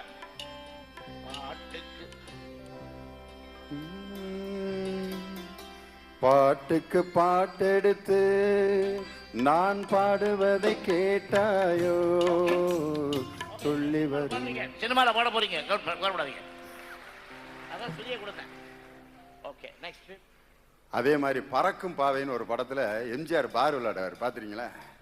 சரோஜாதேவி இந்த பக்கம், எம்ஜிஆர் இந்த பக்கம். அந்த பார் போறதுக்கு எவ்வளவு நேரம் ஆகுமோ அந்த நேரத்துக்கு தகுந்த மாதிரி அந்த பார் விளையாடுற பாட்டை போட்டிருப்பாரு. கல்யாண நாள் பார்க்க சொல்லலாமா, நாம் கையோடு கை சேர்த்து கொள்ளலாமா, செல்லாத இடம் நோக்கி செல்லலாமா, சிந்தாமல் சிதறாமல் அள்ளலாமா, கல்யாண நாள் பார்க்க சொல்லலாமா, நாம் கையோடு கை சேர்த்து கொள்ளலாமா. ஏதோ சர்க்கஸ் கம்பெனில இருந்திருக்கீங்க. 2 வருஷத்துக்கு முன்னால உங்களை நான் மீட் பண்ணேன்னு நினைக்கிறேன் மத்தள குண்டுல. அதுக்கப்புறம் ரொம்ப இம்ப்ரூவ் ஆயிருக்கீங்க சார் நீங்க. Very good. ரொம்ப நன்றி, வசிஷ்டர் வாயால கிடைச்ச பாராட்டு. எல்லாருக்கும் தெரியும்னு நினைக்கிறேன். நான் ஒரு ஆனந்த விடந்த ஒரு தொடர் எழுதினேன். என்னுடைய குடும்பத்தில் நான் அப்பா இல்லாத பையன், எங்கள் அம்மா இருந்தாங்க, எங்கள் தாத்தா இருந்தாங்க. படிக்க வைக்கணும்னு அவங்களுக்கு ஆசை, எனக்கு படிப்பு ஏறல. ஸ்கூல் பக்கம் போனால் நல்ல வேலை ஏறல. படிச்சிருந்தாருன்னா எங்கேயாவது கிளார்க்கா உட்காந்து ஏதாவது கணக்கு போட்டுக்கிட்டு மாதம் 250 ரூபா சம்பளம் வாங்கிட்டு உட்காந்துருப்பாரு நேரம். சம்பளமா அது? நல்ல வேளை உங்களுக்கு ஏறலங்கிறேன் நான். ஏன்னா இன்னைக்கு நாட்டை ஆள்றதே வந்து பெரிய படிப்பாளிலாம் கிடையாது. அதை யோசனை பண்ணிக்கணும் நம்ம. அது அப்படி நினைக்காதீங்க. படிக்காதவங்க இந்த மாதிரி என்ன மாதிரி ஃப்ளூக்கில் யாராவது நல்லா வரலாம். பட் படிப்பு தேவைன்னு இப்போ நான் ஃபீல் பண்ணுறேன். படிச்சிருக்கணும். சப்போஸ் எனக்கு தெரியும் இங்கிலீஷ்லாம் பேசுவேன். நீங்கள்லாம் பிஏ படிச்சிங்களான்னு கேட்பாங்க. ஃபாரின்லாம் போனேன்னாக்கா நான் இங்கிலீஷ் பேசுகிறத பார்த்து அப்படிலாம் பேசுவாங்க. இருந்தாலும் நம்ம ரொம்ப ஸ்ட்ராங்காக அவங்க பேசும்போது ஒருத்தர் படிக்கலைங்கிற ஃபீலிங் இப்போ வருது. இல்லை அப்போ எனக்கு படிக்க வசதி இல்லை. எனக்கு மியூசிக் மேலே இன்ட்ரெஸ்ட்டு. நான் போய் ஒரு மியூசிக் ஸ்கூலில் கன்னத்தில் கையை வச்சுக்கிட்டு 8 வயசு இருக்கும் உட்காந்து பாக்கி உள்ள பசங்களுக்கு சொல்லி கொடுக்குறத கேட்பேன். இப்படியே கேட்டு ஒரு 2-3 வருஷம் துணிச்சலாக அங்கே ஃப்ரெண்ட்ஷிப் ஆகிட்டேன். இதெல்லாம் எங்கள் அம்மாவுக்கு தெரிஞ்சால் அடி பிச்சு கொண்டுடுவாங்க. பையன் ஸ்கூலுக்கு தான் போகிறான்னு நினச்சிட்டு விட்டுட்டாங்க. நான் அங்கே உட்காந்து ஒரு நாளைக்கு ஒரு விஜயதசமி அன்னைக்கு ஹார்மோனிய போட்டியை வச்சுக்கிட்டு அடதாள வர்ணம் விரிபோனி பைரவி ராகத்தில் பாட்டை நான் பாடிக்கிட்டு இருக்கேன். எங்கள் வாத்தியார் வந்து கட்டி பிடிச்சி கண்ணில் தண்ணி வந்தது. டேய் காசுக்கு மாரடிக்கிறேன், அவனுக்கு எவனுக்குமே சங்கீதம் அல்ல, உன்னை நான் பெரிய ஆளாக்குறேன்னு சொல்லி ஒரு 3-4 வருஷத்தில் எனக்கு 13 வயசில் 4 மணி நேரம் கச்சேரி பண்ணுற அளவுக்கு என்னை ஆளாக்குனார். ஆனால் என்னுடைய துரதிர்ஷ்டம், நான் நல்லா இருக்கும்போது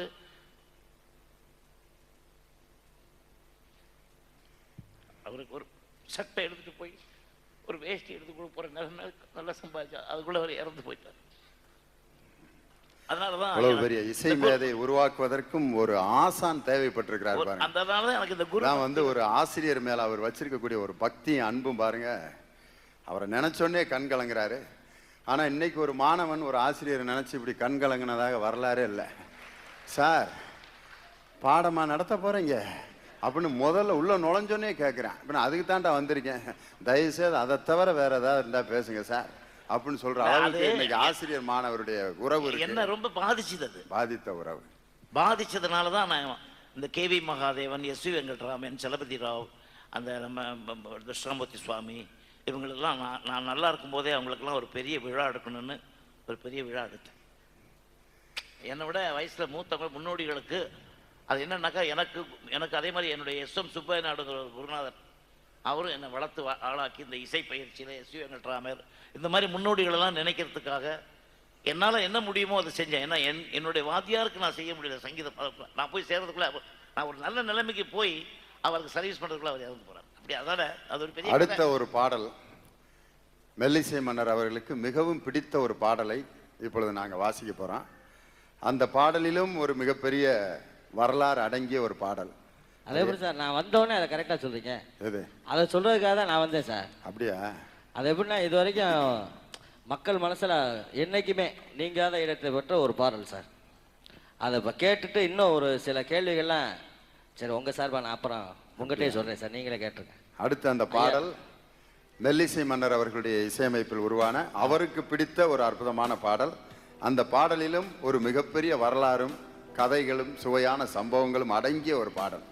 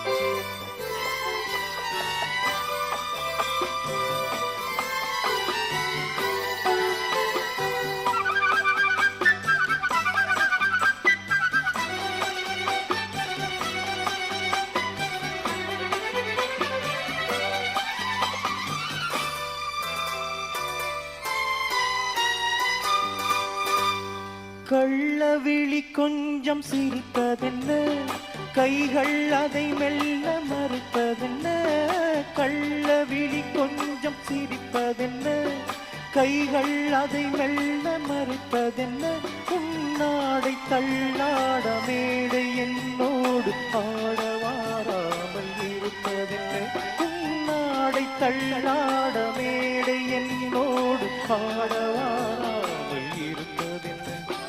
போக போக தெரியும் இந்த பூவின் வாசம் புரியும். ஒரு ராகம் நெஞ்சினில் விளையும் சிறு தாளம் அதிலேயும். போக போக தெரியும் இந்த பூவின் வாசம் புரியும். இந்த பூவின் வாசம் புரியும்.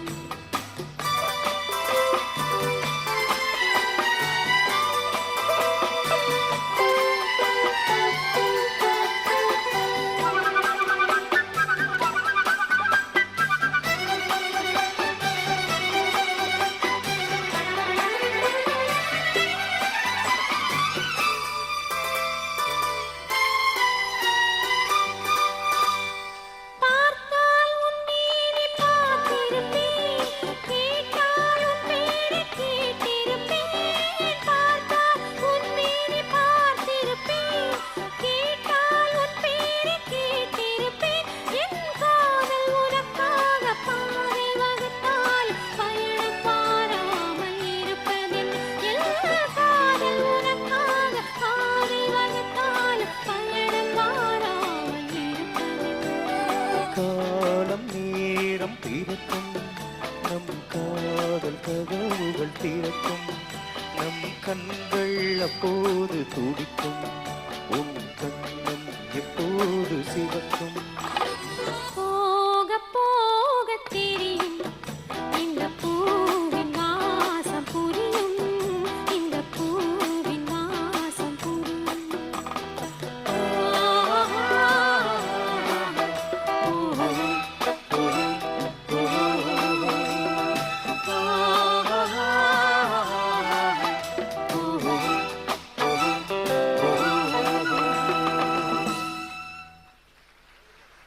மெல்லிசை மன்னரின் இசையில் உருவான ஒரு மெல்லிசை பாடல் இது. இந்த பாட்டில் எனக்கு அந்த வரியை ரொம்ப பிடிக்கும். போக போக தெரியும் இந்த பூவின் வாசம் புரியும்னு. கல்யாணம் முடிச்ச புதுசில் பாருங்க, கூடையே திரிவாங்க, பார்த்துருக்கீங்களா? கையை கோர்த்துக்கிட்டு கத்திரிக்காய் வாங்குறது கூட கூடயே போவான். கத்திரிக்காய் வாங்க போகலாமா, வாங்க அப்படின்ட்டு.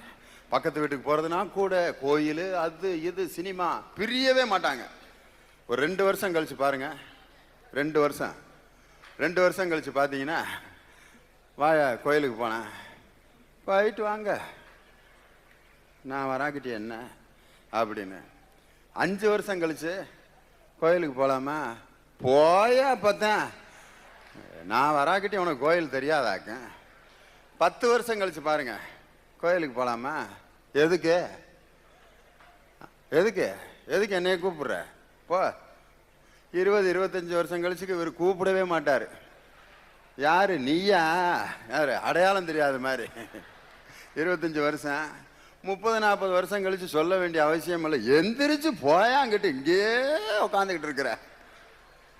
போக போக தெரியும் இந்த பூவின் வாசம் புரியும்னு காதலுக்கு முன்னாடி பாடுவாங்க.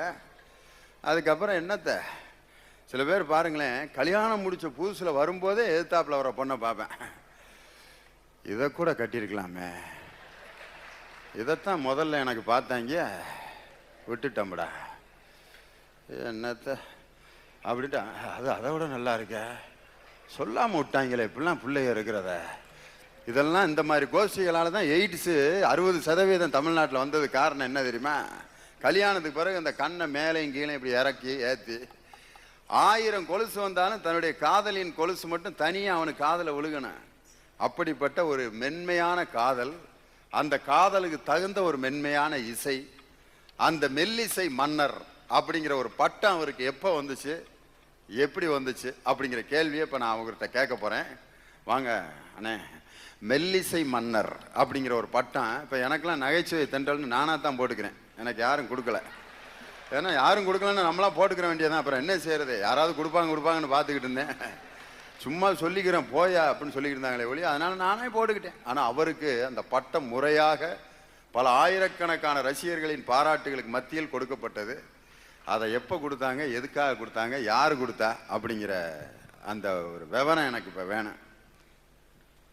எனக்கு வந்து எக்ஸாக்டாக எனக்கு வருஷம் ஞாபகம் இல்லை, இருக்கலாம் ஒரு 35 வருஷத்துக்கு முன்னாலே நினைக்கிறேன்.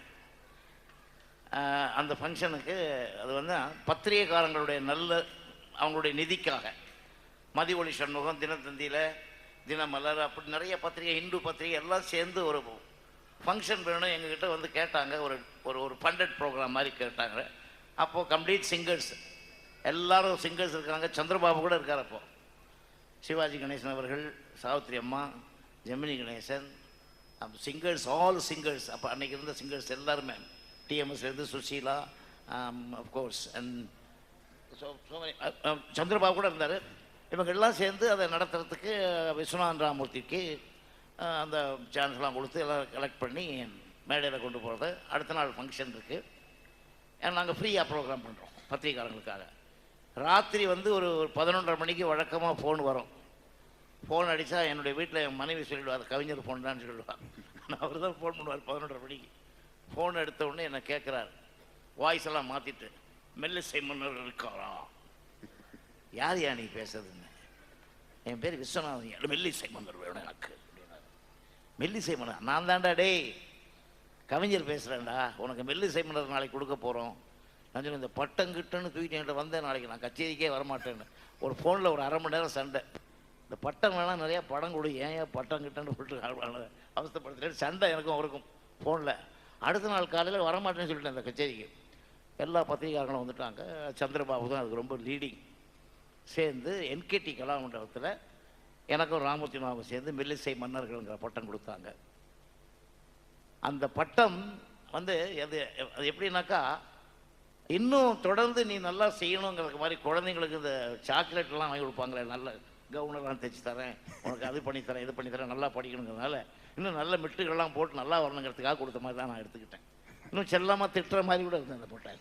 இன்னொரு கேள்வி, அத்தனை பாடகர்கள் வரிசையாக 5 பாடகர்களெல்லாம் சேர்த்து ஒன்றா பாட்டு பாட வச்சிங்க நீங்கள். ஆனால் உங்களுடைய குரலையும் நீங்கள் சொந்த குரலில் பாடினீங்களே, அது வேறு பாடகரே இல்லாதனால பாடினீங்களா, இல்லை உங்களை யாரும் பாட சொன்னாங்களா? அந்த அற்புதமான குரலை இவ்வளவு நாள் ஏன் மறைச்சி வச்சுருந்தீங்க? உதாரணத்துக்கு நினைத்தாலே இனிக்குங்கிற படத்தில் அந்த பாட்டை நான் ரொம்ப ரசித்து மேடையில் பாடுவேன். சம்போ சிவசம்போ ஜெகமே மந்திரம் புவனே மந்திரம் மனிதன் எந்திரம் சிவசம்போ. எனக்கு தெரிஞ்சதே உங்களை பாட வச்சிருப்பேன், நான் மிஸ் பண்ணிட்டேன். என்னோட பெட்டரா பாடுறீங்க, பாட வச்சிருக்கலாம். அந்த பாட்டை எஸ்பி பாலசுப்ரமணியம் அத்தனை பாட்டு படிச்சிருக்காங்க அந்த படத்துல. இந்த பாட்டையும் அவரே பாட வச்சிருக்கலாமே, நீங்க ஏன் அந்த பாட்டை பாடுனீங்க? அதுல ஏதாவது ஒரு விஷயம் இல்லாம இருக்காது? சுருக்கமா அதை பத்தி ஒரு சின்ன விளக்கம் சொல்றேன். சுருக்கமா அது என்னன்னா, இந்த மாதிரி எங்களுடைய மெல்லிசை குரூப் ஆர்கெஸ்ட்ராவுடைய கதை. அது காலையில் ஜப்பான், மத்தியானம் சைனா, இப்படி இப்படின்னு பாட்டே வரும். ஸோ இது ஆர்கெஸ்ட்ரா குழுவினர்களில் பாடுறவங்க, ரிதம் வாசிக்கிறவங்க, இது கமல் ஒரு வாத்தியம் வாசிப்பார், இவர் பாடுவார், இப்படி ஆர்கெஸ்ட்ராவை சேர்ந்த மாதிரி ஒரு பாடல்.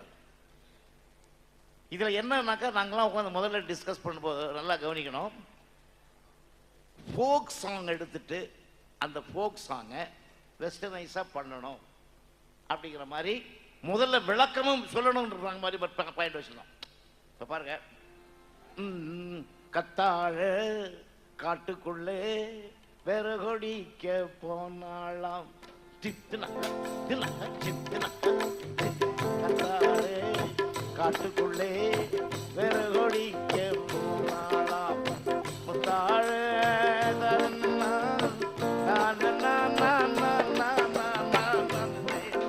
இப்படின்னு ஒரு ஃபோக் சாங். இந்த ஃபோக் சாங்கை வெஸ்டர்ன் பண்ணணும்.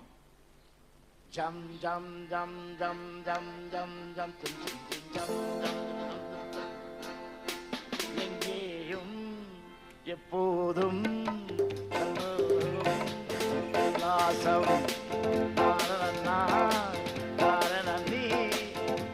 கத்தாழ அந்த ஃபோக் சாங்கை அப்படியே வெஸ்டர்ன் பண்ணணும்னு இதை வந்து சீன்லேயே சீக்வன்ஸை சொல்லிகிட்டே சொல்லணும்னு மாதிரி ஐடியா வச்சுருந்தாங்க முதல்ல.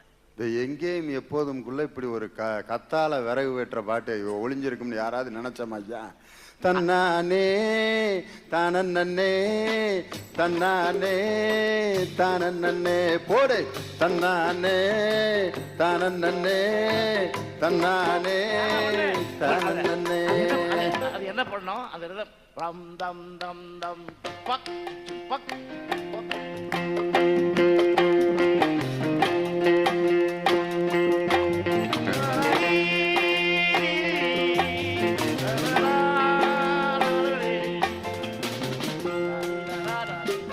அது என்ன பண்ணோம்? அப்புறம் பாருங்க அந்த பாட்டை இப்ப அவரே பாடணும்னு ஒடியாண்டாரு பாருங்க, உங்க முன்னால பாடணும்னு. கேளுங்க பாடுங்க கேளுங்க, அதுக்கப்புறம் கேளுங்க. அதையே மகுடி பண்ணோம் பாருங்க.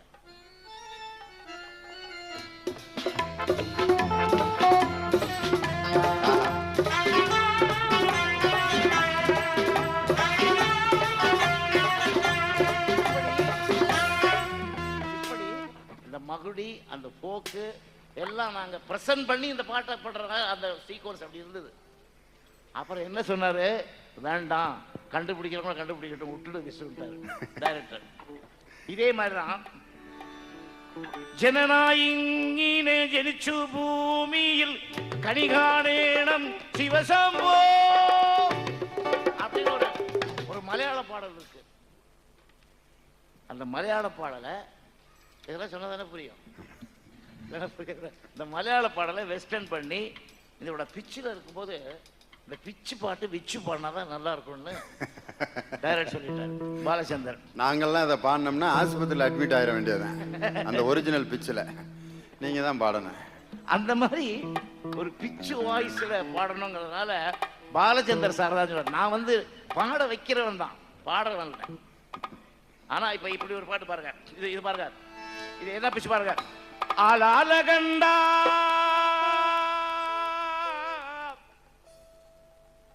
ஆளால கண்டா ஆட்டத்துக்கு தகப்பா வணக்கம் என்ன ஆடாம ஆட்டி வைத்த வணக்கம். ஆளால கண்டா தந்தார தந்தார தாரன தாரன தாரனா தார நிந்திரி நிந்திரி நிந்திரி தந்தார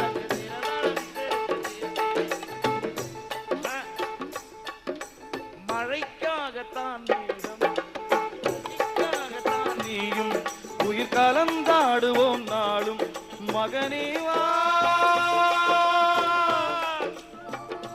மகனே வா.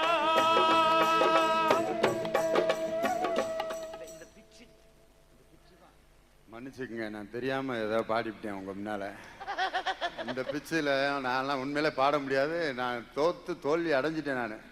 இப்ப இந்த மாதிரி பிச்சு வேணுங்கும் போது விச்சு தேவைப்பட்டது அவங்களுக்கு. அதுவும் பாருங்க ரிதம் அமைஞ்சிருக்கு. பிச்சு உள்ள பாட்டுக்கு விச்சு தான் அப்படின்னு. அங்க பாருங்க எப்படி அமைப்பு பாத்தீங்களா? ஆஹா.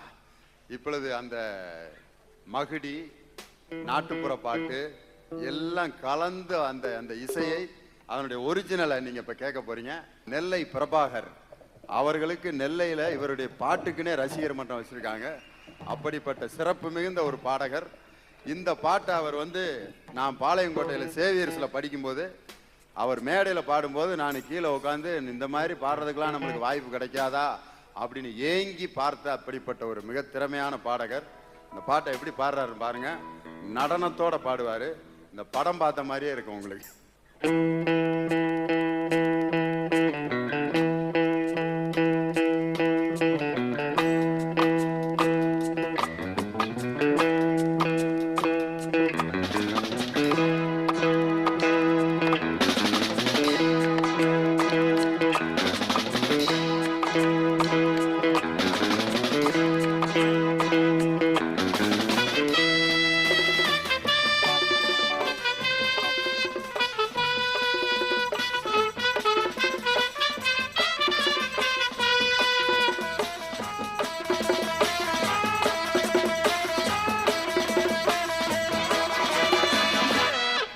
எங்கேயும் எப்போதும் சங்கீதம் சந்தோஷம் ராத்திரிகள் வந்து விட்டால் சாத்திரங்கள் ஓடிவிடும்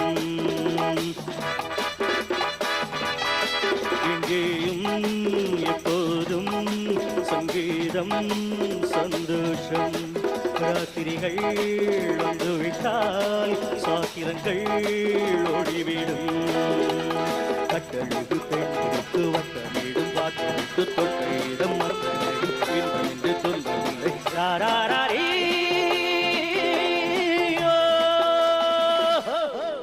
எங்கேயும் எப்போதும் சங்கீதம் சந்தோஷம் ராத்திரிகள் வந்துவிட்டால் சாத்திரங்கள் ஓடிவிடும்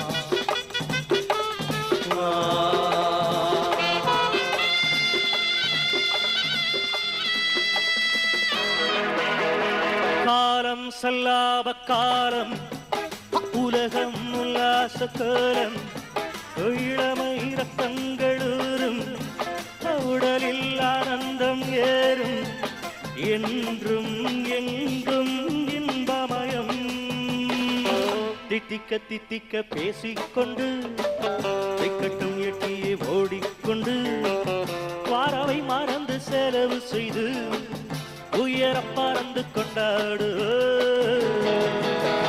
கட்டழகு பெண்களுக்கு வட்ட வீடும் காத்திருக்கு தொட்டையிடும் மற்றனையும் பின்பமின்றி துன்பமில்லை தாராரே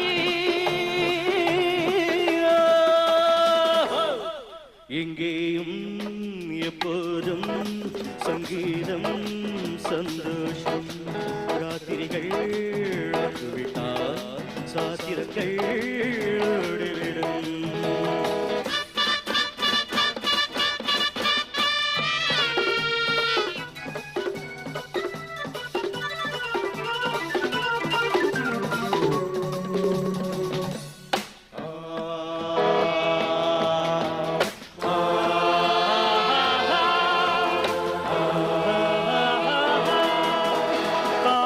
ஜப்பானில் காஃபி மாலையில் நியூயார்க்கில் கவரே இரவில் தாய்லாந்தில் ஜாலி இனிமேல் நமக்கு என்ன வேலி எங்கும் எங்கும் நம் உலகம் உலகம் நமது பாக்கெட்டிலே வாழ்க்கை பறக்கட்டும் ராக்கெட்டிலே இரவு பொழுது நமது பக்கம் விடிய விடிய கொண்டாடு கட்டழகு பெண்ணிற்கு வட்ட வீடும் பாத்திருக்கு தொட்டையிடம் மத்தனையும் இன்பமின்றி துன்பமில்லை தாராரே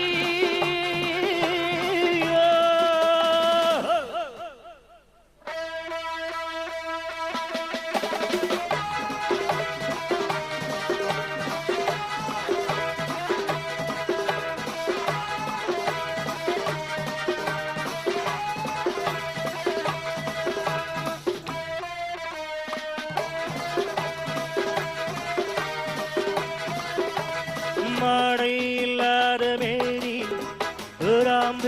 நாளில் ஞானி இன்றோ அது ஒரு ஹாபி எல்லோரும் இனிமேல் பேபி வேட்டந்துக்கம் தேவையில்லை தட்டட்டும் தட்டட்டும் கைகள் ரெண்டும் கமான் எவ்ரிபடி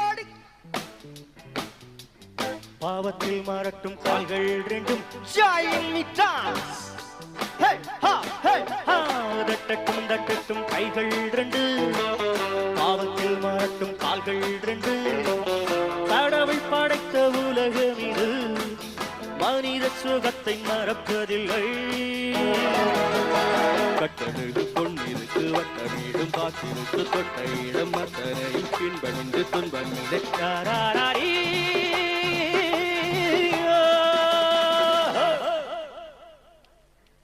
எங்கேயும் எப்போதும் சங்கீதம் சந்தோஷம் ராத்திரிகள் வந்துவிட்டால் சாத்திரங்கள் ஒளிவேடும். Come on, everybody, join together.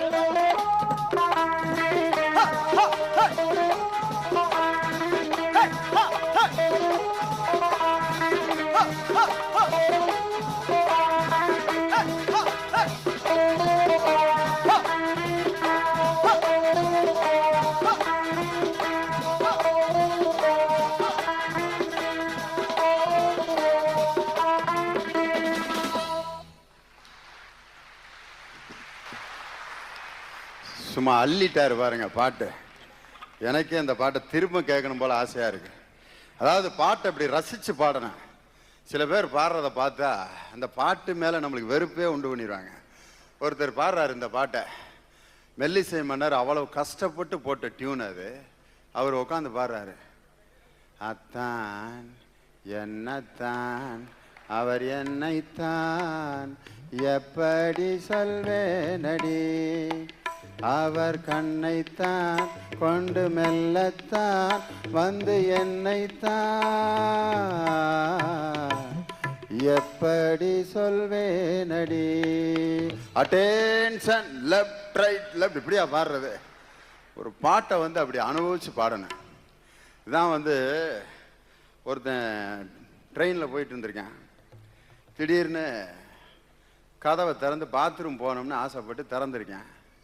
கண்ணாடியில் அவன் தெரிஞ்சிருக்கான், எக்ஸ்கியூஸ் மீ சாரி அப்படின்ட்டு போயிட்டேன்.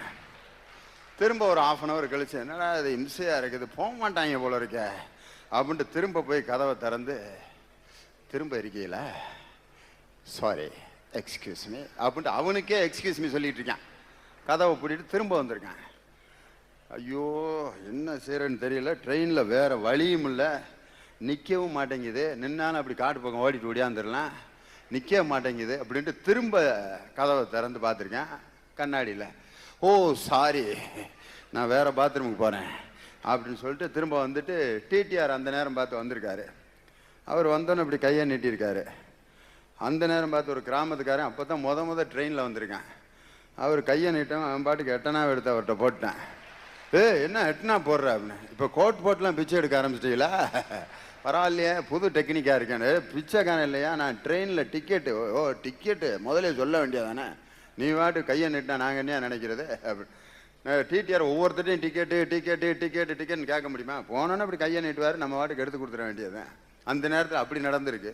அவர்கிட்ட சொல்லியிருக்கேன், சார் பாத்ரூமுக்குள்ளே ஒரு ஆள் இருந்துக்கிட்டு வர மாட்டேங்கிறான் சார், 2 மணி நேரம் ஆகிட்டு இருக்கு போல இருக்கு, போய் நீங்களாவது கொஞ்சம் பஞ்சாயத்தை பண்ணி ஏதாவது அவனை வெளியேற்றுங்க சார்னு. டிடிஆர் போயிட்டு கதவை திறந்து, ஓ சாரி நீங்களா அப்படின்ட்டு அந்த ஆள் வந்திருக்காரு. வந்து என்ன சார் நீங்களும் வந்துட்டீங்க, உட்காந்துருக்கிறது உன்னைய மாதிரி ஒரு பேசஞ்சராக இருந்தால் பரவாயில்லையா, என்னைய மாதிரி ஒரு டிடிஆர் உள்ளே இருக்காரு, நான் எப்படி அவரை வெளியே சொல்கிறதுன்னு.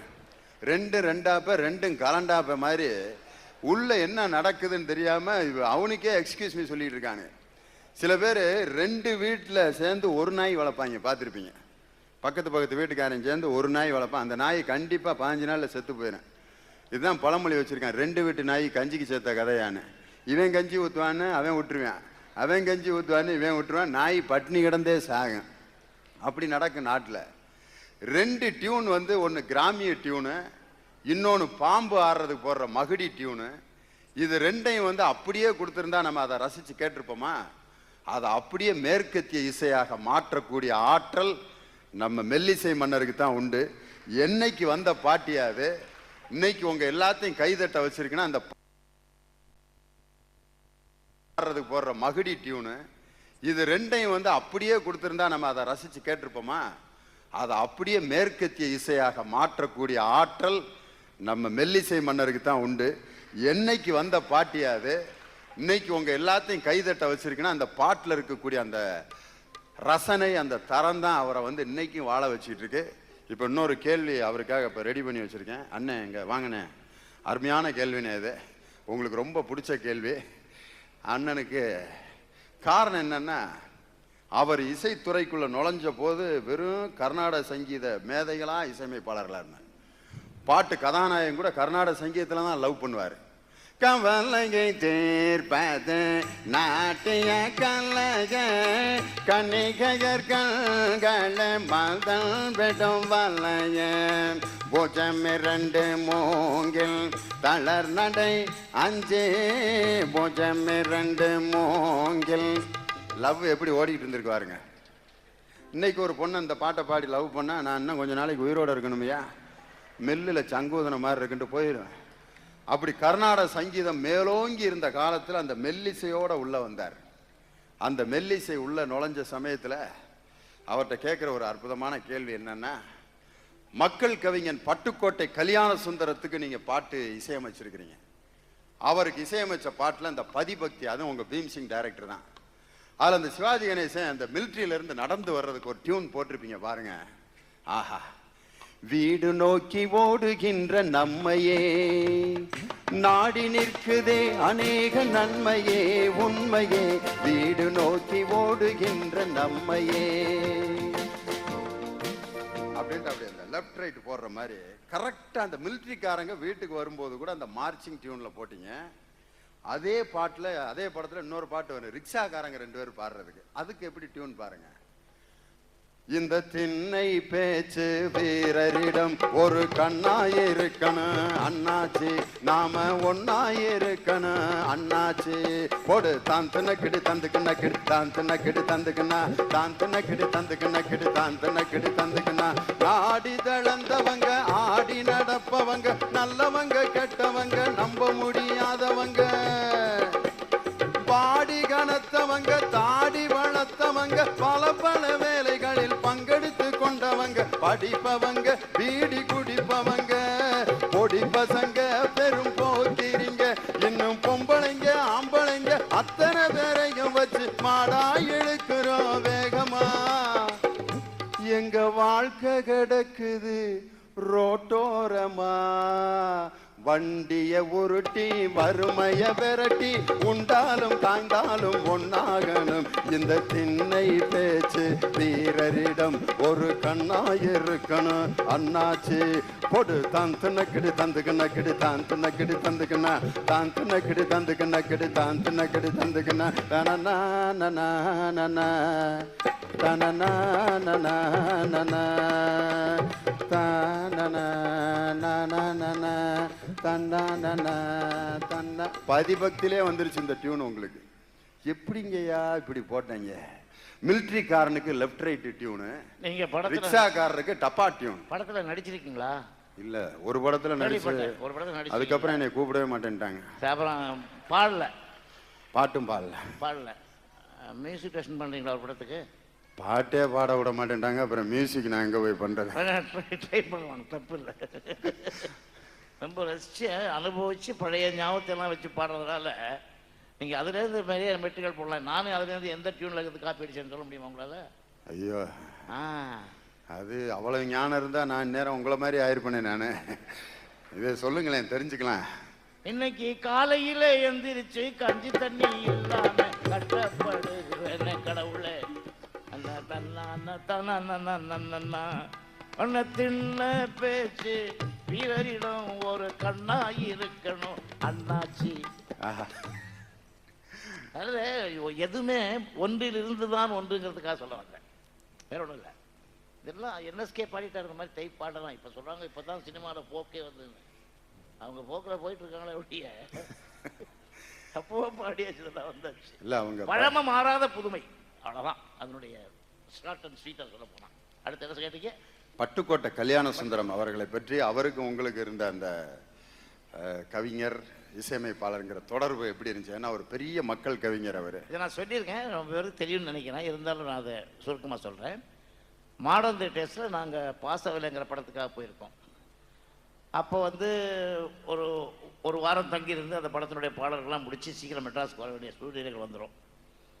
அங்கே போய் அந்த சாங் ஒன்று ஒரு கிரிட்டிக்கலான சீக்வன்ஸில் அந்த பாட்டை கம்போஸ் பண்ணும்போது அப்போ கவிஞர் தான் அங்கே ஆஸ்தான வித்வான் கவிஞர் மருதகாசின்னு இருந்தார். அவங்க 2 பேரும் எவ்வளவோ பல்லவி எழுதி எனக்கும் பிடிக்கல, அது சரியாக ஒத்து வரல அந்த கதைக்கு. எனக்கு அந்த கதையெல்லாம் சொல்லி வளர்க்க வச்சாங்க. அப்போ அங்கே இருக்கிற சுலைமான் சார் ஒருத்தர் இந்த மாதிரி அந்த கதை சீக்வன்ஸ்லாம் அந்த பையன்கிட்ட சொல்லியிருக்கேன். ஒரு பையன் வெளியே நிற்கிறான். அந்த பையன்கிட்ட வந்து அந்த ஒரு சான்ஸ் கொடுக்குறீங்களான்னு கேட்டான். நான் சொன்னேன், புதுசு ஆட்கள்லாம் சான்ஸ் கொடுக்க டைமில் எனக்கு கொஞ்சம் இதாக சொல்லிவிட்டேன். கொஞ்சம் போச்சல் அந்த தான் விட்டேன். எனக்கு முடியாது, எனக்கு நிறைய பிஸி நான் அதில் போக சொல்லு அதை வேணாம் அப்படின்ட்டேன். அடுத்த நாளும் வந்து ரொம்ப பக்குவமாக கேட்டார்.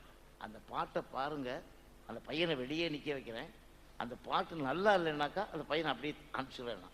சரி கொண்டாயாடணும்.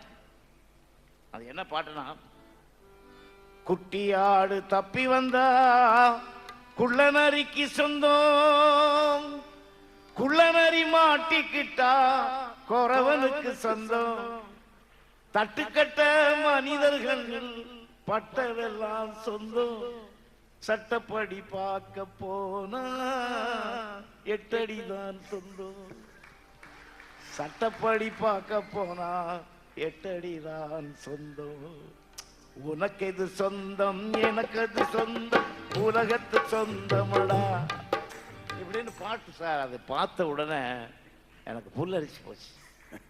ஒரு வரி மாத்தாம அந்த பாட்டை யார் எழுதுனா கொண்டாயா அந்த ஆளை என்ன வந்து நிற்கிறார் பனைமரம் மாதிரி உயரத்தில் பட்டுக்கோட்டை கல்யாணம். என்னைய பார்த்துக்கிட்டே சொல்றீங்க பனைமரம் மாதிரி. இருக்கட்டும், எங்களை மாதிரி ஆளுகளுக்கு அப்படித்தான். உண்மையிலே அந்த வாய்ப்பு மட்டும் கிடைக்காமல் இருந்திருந்தால் ஒரு மாபெரும் மக்கள் கவிஞனை இந்த தமிழ் திரையுலகம் இழந்திருக்கும். அவர்தான் பட்டுக்கோட்டை கல்யாண சுந்தரம். அப்படி சொல்லாதீங்க, அவருடைய டேலண்ட் நான் யூஸ் பண்ண முடியாம போயிருக்கோம். அதுதான் பெரிய தர்மத்தை செய்திருக்கிறீங்க. இப்ப இன்னொன்னு, அவருடைய பாட்டுல ஒவ்வொரு அந்த ஏரியாவினுடைய அந்த மொழி அந்த லாங்குவேஜ் வர்ற மாதிரி நிறைய பாட்டு டியூன் பண்ணியிருக்கீங்க. அந்த பாட்டு இப்போ ஒன்று பாட போறாங்க. தூத்துக்குடி பாசையில வந்த ஒரு பாட்டு. அதை எவ்வளவு நளினமா அந்த தூத்துக்குடி பாசை மாறாம பாடியிருக்கிறாங்க பாருங்க. அதுக்கு தகுந்த டியூனை செட் பண்ணியிருக்காரு பாருங்க. அந்த பாட்டு இப்பொழுது பாட போறாங்க.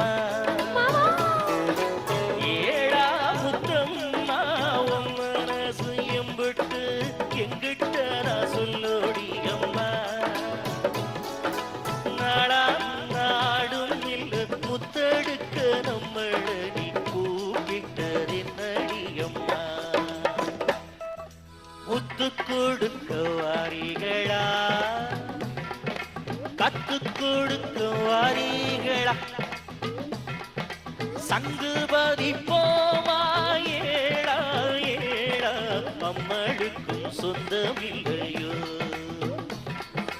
முத்து கொடுக்க வாரிகளா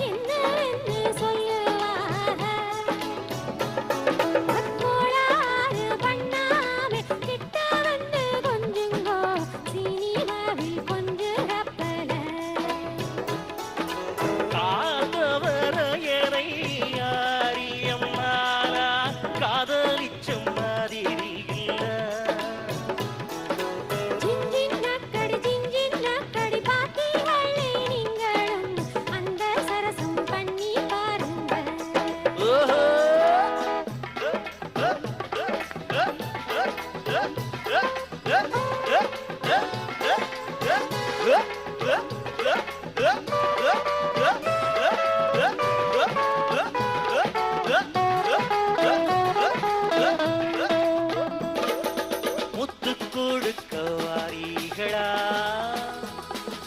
கத்து கொடுக்க வாரீகளா முத்து குளிக்க வாரீகளா மூச்சை அடக்க வாரீகளா முத்து குளிக்க வாரிகளா, அந்த மண்ணினுடைய வாசனையோட அந்த மொழியில போட்டோன்னு அந்த பாட்டு எப்படி மணக்குது பாத்தீங்களா? அதான் பாட்டு. உண்மையிலே இப்பொழுது மெல்லிசை மன்னர் அவர்களை ஒரு கேள்வி தயார் பண்ணி வச்சிருக்கேன். ரொம்ப முக்கியமான ஒரு கேள்வி அவர்கிட்ட நான் கேட்கணும்னு ஆசைப்பட்ட கேள்வி என்னன்னா, உங்களுக்கு வாச்சாங்க பார்த்தீங்களா பாடகர்கள், ச்சே அப்படி வாய்க்கணும், நீங்க என்ன எதிர்பார்க்குறீங்களோ அந்த ரிசல்ட்டை அப்படியே கொண்டு வந்திருக்காங்க. நீங்க டியூன் போடும்போது இந்த பாடகருக்கு தான் இந்த பாட்டை கொடுக்கணும்னு நினைச்சுக்கிட்டே போடுவீங்களா, இல்லை டியூனை போட்ட பிற்பாடு இந்த வா நீ பாடு ஏதோ வந்துட்ட பாடு அப்படியா, இல்லை அந்த பாடகரை நினைத்து கொண்டே டியூன் போடுவீங்களா அப்படின்னு எனக்கு ஒரு ஆசை. ஏன்னா அந்த வாய்ஸ் கரெக்டாக பொருந்தது பாருங்களேன், அப்படி அரித்மேட்டிக் கால்குலேஷன் மாதிரி. ஒரு இசையமைப்பாளர் வந்து குரல் வளம், அதாவது பாட வர்றவங்களுடைய குரல் வளத்தை புரிஞ்சுக்கணும். அவங்க வாய்ஸில் என்ன இருக்கோ அதை கொடுத்தாதான் அவங்களும் நல்லா பாட முடியும். அந்த பாட்டை அவங்களும் நல்லா பாடி என்னையும் உயர முடியும், என்னையும் உயர்த்த முடியும், அவங்களும் உயர முடியும். ஸோ இது என்னன்னாக்கா சில பாடல்களை வந்து எக்ஸ்பிரிமெண்ட் பண்ணணும் அப்படின்னா டிஎம்எஸ் வாய்ஸில் எவ்வளவோ பூந்து விளையாண்டுரும். கர்நாடகத்துல இருந்து, டப்பாங்குத்துல இருந்து, வெஸ்டர்ன்ல இருந்து, அதுல ஒரு பாட்டு மட்டும் இங்க பாருங்க, யாரந்த நிலவு ஏன் இந்த கனவு, இதான் பாடணும். யார் அப்படி பாடக்கூடாது. யாரந்த நிலவு ஏன் இந்த கனவு, யாரோ சொல்ல யாரோ இங்கு யாரோ கண்ட உறவு. இது கூட ஜாஸ்தி வாழு, இப்ப நீங்க பாடுறது கூட ஜாஸ்தி வாழு. அந்த பாட்டினுடைய அது மாதிரி அது பாருங்க. அதுக்கு அப்புறம் மெட்டு போடும்போது, இது மெட்டுக்கு எழுதுனது, மெட்டுக்கு எழுதுனது, பாட்டுக்கு மெட்டு இல்லை இது. அதுல ஒரு இடம் வரும் பாருங்க,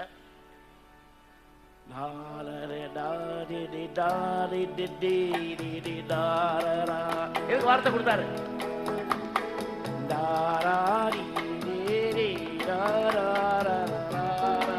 அதுக்கும் வார்த்தை கொடுத்தாரு.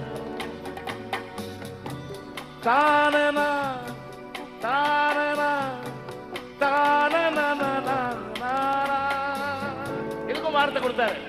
தானானி அதுக்கும் கொடுத்தாரு. இந்த இடத்துல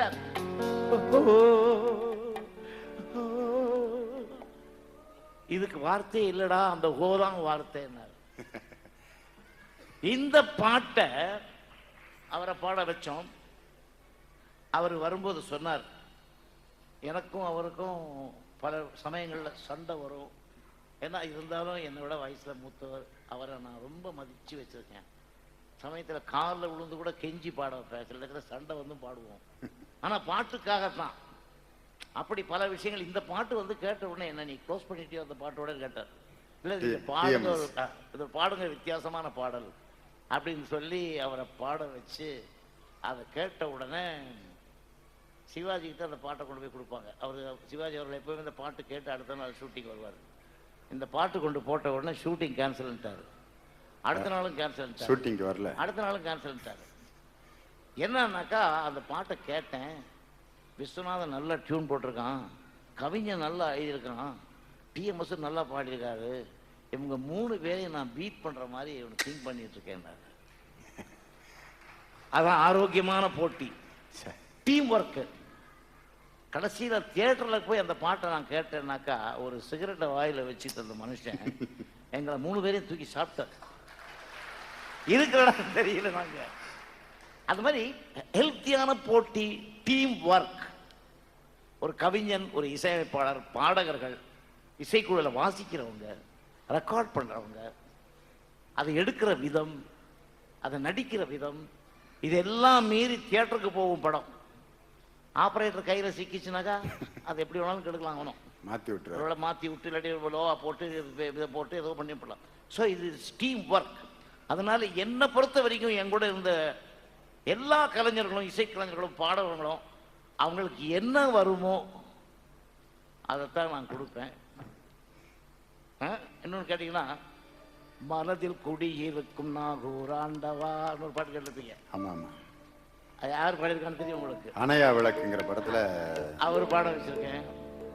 ஓ மேரே தில் ரூபா, அது யார் பாடியிருக்கான்னு தெரியும். ஆமாம், தெரியாதா? அவங்க தான். அல்ல, யாரும் பாடினாலும் ஒரு இசையமைப்பாளர் அந்த குரல்ல என்ன வரும்? சிலர் பாருங்க, ஏசுதாஸ், பாலு, இவங்கெல்லாம் அவங்களுக்கெல்லாம் அவங்க பாடுறாங்க, அவங்க பாட்டு வேணும்னு ப்ரொடியூசர் கேட்டாங்கன்னா அவங்களுக்கு என்ன திறமை இருக்கு, அவங்க குரல்ல என்ன வளம் இருக்கு, என்ன நெளிவு சுழிவு இருக்கு, அதை பார்த்து ஒரு இசையமைப்பாளர் கொடுக்கணும். இது எல்லாத்தையும் தெரிஞ்சுக்கணும்னாக்கா எக்ஸ்பீரியன்ஸ், அனுபவம். அதுதான் அந்த இசையில சீக்வன்ஸுக்கு, சந்தர்ப்பத்துக்கு எப்படி பாட்டு வேணும், அது யார் பாடினா நல்லா இருக்கும், இவ்வளவும் டெஸ்ட் பண்ணி இவ்வளவு இதெல்லாம் மீறி வந்தாதான் ஒரு பாட்டு ஹிட் ஆகிறதுக்குள்ள சான்ஸ். இவ்வளவு வார்த்தை எப்படி சார் இப்படி மனப்பாடமா நீங்க வச்சிருக்கீங்க சார்? அவர் பாட்டோடையே வாழ்ந்தவையா நானு. மெட்டு போட்டவருக்கு அவரு கூட ஞாபகம் இல்ல. நான் நினைச்சிருக்கேன் ரசிகனுக்கும் கலைஞனுக்கும் உள்ள வித்தியாசம். பாட்டு அப்படியே உயிருக்குயிரா நேசி. ஆனா 2 பேருக்குமே சார், என்னோட சிறுவனோட ஒரு சின்ன இது, உங்களை காதல் பண்ண தூண்டுற அளவுக்கெல்லாம் மெட்டு இருந்திருக்கு. ஆமா, காதல் பாட்டு அப்படி ஒரு புரட்சியான ஒரு காதல் பாட்டு ஒரு செலக்ட் பண்ணி வச்சிருக்காங்க சார் இப்பயா. ஆமா, புரட்சி. அதை கேட்டவுடனே நீங்க பல கேள்விகளை நீங்க ஒரு சுவையான காதல் எப்பேற்பட்ட விஷயம் காதல். ஆஹா, நான் காதலிச்சிருக்கேன் சார். அப்படி ஒரு காதல் பாட்டு, அப்பேற்பட்ட ஒரு காதலை பத்தி நீங்க சொன்னீங்கன்னா ஐயாட்ட இருந்து இந்த இன்றைய இளைஞர்களுக்கு காதலை பத்தி பல விஷயங்கள் வரும் இல்லையா, அதுக்காக ஒரு காதல் பாட்டு கேளுங்க.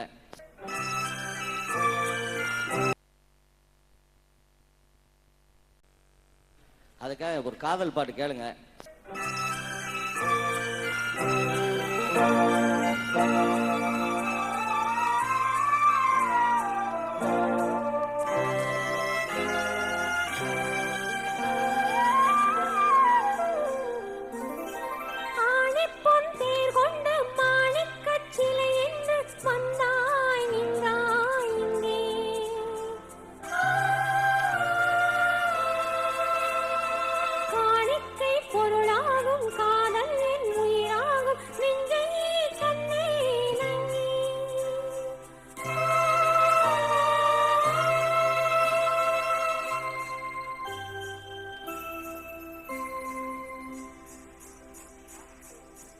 அழகிய தமிழ் மகள் இவள், இரு விழிகளில் எழுதிய மடல், மெல்ல மொழிவது உறவினும் குரல், படித்தால் ரசிக்கும் கனி போல் இனிக்கும்.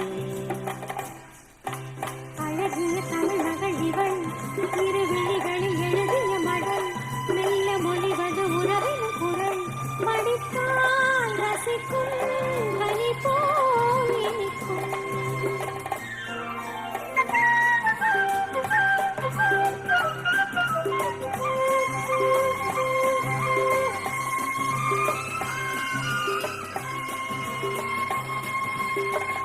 வானுலகம் என்னும் மாளிகையில் இன்னும் பூமகளின் கண்ணம் தேனிலையின் வண்ணம். வானுலகம் என்னும் மாளிகையில் இன்னும் பூமகளின் கண்ணம் தேனிலையின் வண்ணம்.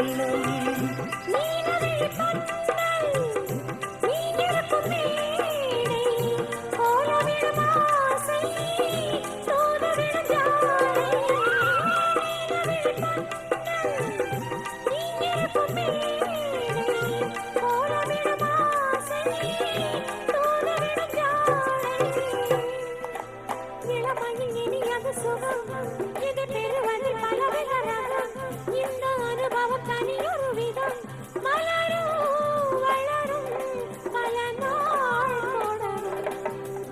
அழகிய தமிழ் மகள் இவள் இரு விழிகளில் எழுதிய மடல் மெல்ல மொழிவது உறவினும் குரல் படித்தால் ரசிக்கும் கனி போல் இனிக்கும்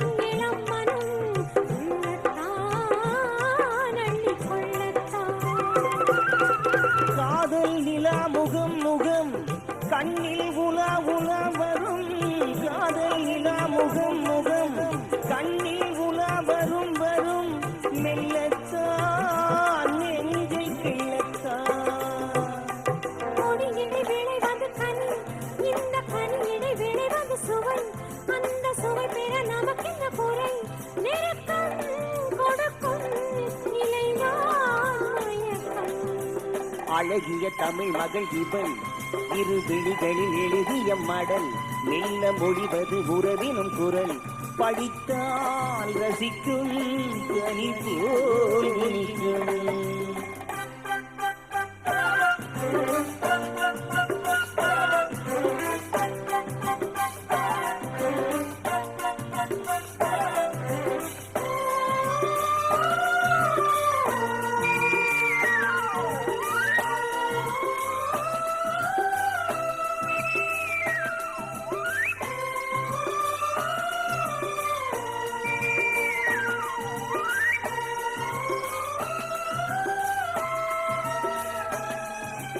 பாவை உனை நினைக்கையில் பாடல் பெரும் கவிக்குயில் பக்கம் வா இன்னும் பக்கம் வா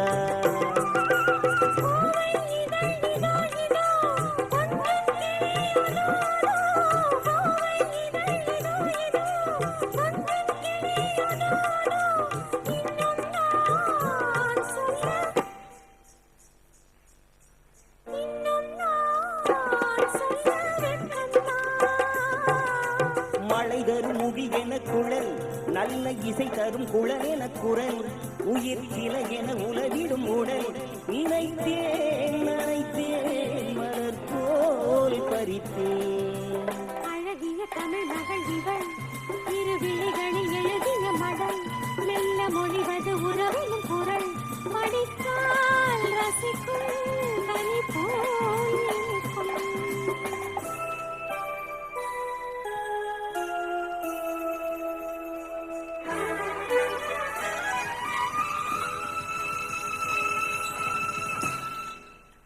அந்த அழகிய தமிழ் மகள் இவள் அப்படிங்கிற பாட்டை இசையமைக்கும் போது நடந்த அந்த சம்பவத்தை நீங்க சொல்லணும். இப்ப என்கிட்ட சொல்லிட்டு இருந்தீங்கல்ல அங்க அது சில படங்களுக்கு எம்ஜிஆர் ஆக்ட் பண்ற படங்களுக்கு எம்ஜிஆர் மியூசிக் செக்ஷன்ல வந்து உட்காருவார். உட்கார்ந்து எனக்கு அப்படி வேணும் இப்படி வேணும்னு கேட்டு வாங்குவார். சில கம்பெனியில ஆர்.எம். வீரப்பன் படங்கள், ராமண்ணா படங்கள் பக்கமே வர மாட்டார். மியூசிக் டைரக்டர் உண்டு, பாட்டு வாத்தியார் உண்டு, டைரக்டர் உண்டு. அப்படி ஆரம்பிக்கிற அப்படி ஒரு ஸ்டைல். அந்த படங்களில் மட்டும் தலையிட மாட்டார், ஆக்ட் பண்ண போயிடுவார், பாட்டு போட்டு கேட்டுருவார். இந்த பாட்டுக்கு பல லட்சம் ரூபா கணக்கு செலவு பண்ணி செட்டு போட்டிருக்காங்க. நேராக ஆக்ட் பண்ண போனார். போன என்ன இந்த விசு வர வர எல்லாம் திருப்புகள் சேர்ந்த மாதிரி தாக்கா தாக்கா தொக்கோ தாக்கா தாக்கா பாட்டு ஒரு வய பாட மாட்டானே, இதை போட்டு இப்படி பண்ணியிருக்காங்க, இந்த பாட்டு நல்லா இல்லை, இது வேற மெட்டு போட்டோ எடுக்க சொல்லு அப்படின்னாரு. யார்கிட்ட ப்ரொடியூசர் ஆரம்பிக்கப்பட்டார். அவர் சொன்னார், இது ஒரு புதுமையாக இருக்கணும், நாவல்ட்டியாக இருக்கணும், ட்ரை பண்ணோம். இல்லை எனக்கு இது பிடிக்கல, இந்த பாட்டு கேன்சல் பண்ணிடு, நான் வர மாட்டேன் ஷூட்டிங் கேன்சல் பண்ணி போயிட்டார். 10 நாள் பொறுத்து மறுபடியும் வர்றாரு. இதே பாட்டு போட்டிருக்காங்க. இப்போ எனக்கு இதெல்லாம் தெரியவே தெரியாது, ஆரம்பிக்கிறப்ப எனக்கு ஒன்றுமே சொல்லலை. 10 நாள் பொறுத்து வந்ததுக்கப்புறம் என்ன மறுபடியும் இதே பாட்டுன்னு சும்மா இந்த பாட்டை விட அவருக்கும் பிடிச்சிருந்தது, ஆனந்த் சாருக்கும் பிடிச்சிருந்தது இந்த பாட்டு. அதனால என்ன சொல்லிட்டாரு, நானும் விசு மறுபடியும் உட்காந்து பார்த்தோம், விசுன்னு கூப்பிடுவாங்க என்ன செல்லமா, நானும் விசு உட்காந்து பார்த்தோம், இதை விட பெட்டர் டியூன் கிடைக்கல. சரி வெறுப்பா ஆக்ட் பண்ணாரு, அவருக்கு இஷ்டம் இல்லைல்ல, மனசு இல்லாம தான் ஆக்ட் பண்ணிட்டு போயிட்டாரு. சரி எப்படியோ போங்க பாட்டு. இது நல்ல பாப்புலர், எக்கச்சக்கமான பாப்புலர் ஆன உடனே நீரும் நெருப்புன்னு ஒரு படம் பண்ணியிருக்கோம். அதில் இப்படி உட்காரும் போது ஒரு பாட்டு அதில் ரொம்ப தொல்ல கொடுத்தாரு உட்காந்து, ஒரு பாட்டு அதில் சரியாக வரவே இல்லை. அப்படி நீரும் நெருப்பில் தான் நாங்கள் ஏமாந்தது, எல்லாம் அவர் தலையிட்டு தான். அப்போ என்கிட்ட சொன்னார் ஒரு நாளைக்கு ஃபோனில், இந்த அழகிய தமிழ் மகள் மாதிரி ஒரு பாட்டு ட்ரை பண்ணேன்னு. நான் கேட்டேன் என்ன சொல்கிறீங்கன்னு திருப்பி கேட்டேன். இல்லைப்பா அந்த அழகிய தமிழ் மகள் நீங்கள் தான் சொல்கிறீங்களான்னு கேட்டேன். ஆமாம் நான் தான் சொல்கிறேன். இது மாதிரி சில டயத்தில் அப்படி மிஸ்பீட் ஆகிடும். ஐயா வந்து ஒரு 2 பேரை வச்சுட்டு ஒரு பெரிய ரெக்கார்டிங் இந்த இடத்துல வெறும் 2 பேரை மட்டும் வச்சுக்கிட்டு பயங்கர ஹிட் பண்ணிக்கிறாங்க. ஒரு திருவிழா கூட்டம்னு கூட சொல்லலாம். இது வரைக்கும் எந்த இசையமைப்பாளரும் பண்ணாத ஒரு சாதனையா ஐயா பண்ணியிருக்கிறாங்க. அதை நீங்கள் அவசியம் கேட்கணும் சார்.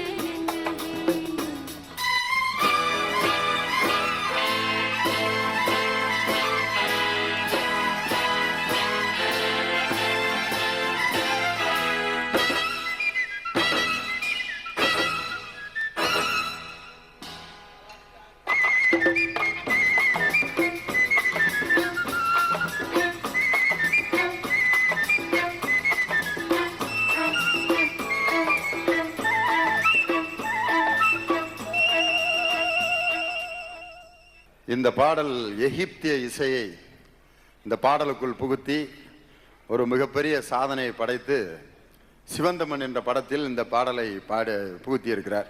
சரி, உங்கள்கிட்ட ஒரு முக்கியமான இந்த காலத்துக்கு தகுந்த கேள்வி. 3 மதத்து பாடல்கள், பக்தி பாடல்களை நீங்க பாடியிருக்கிறீங்க. உதாரணத்துக்கு நீங்க பாடின அந்த முகமது பின் துக்ளக்கினுடைய அந்த டைட்டில் சாங் இருக்கு பாருங்க. அல்லாஹ் அக்பர் அல்லாஹ் அல்லாஹ்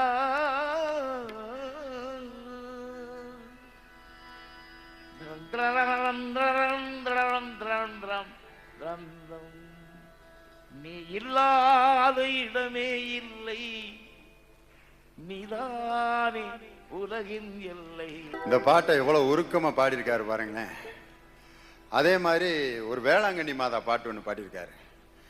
வண்ண வண்ண லீலி மலர் அன்னை மரினியே ஆரோக்கிய தாயே,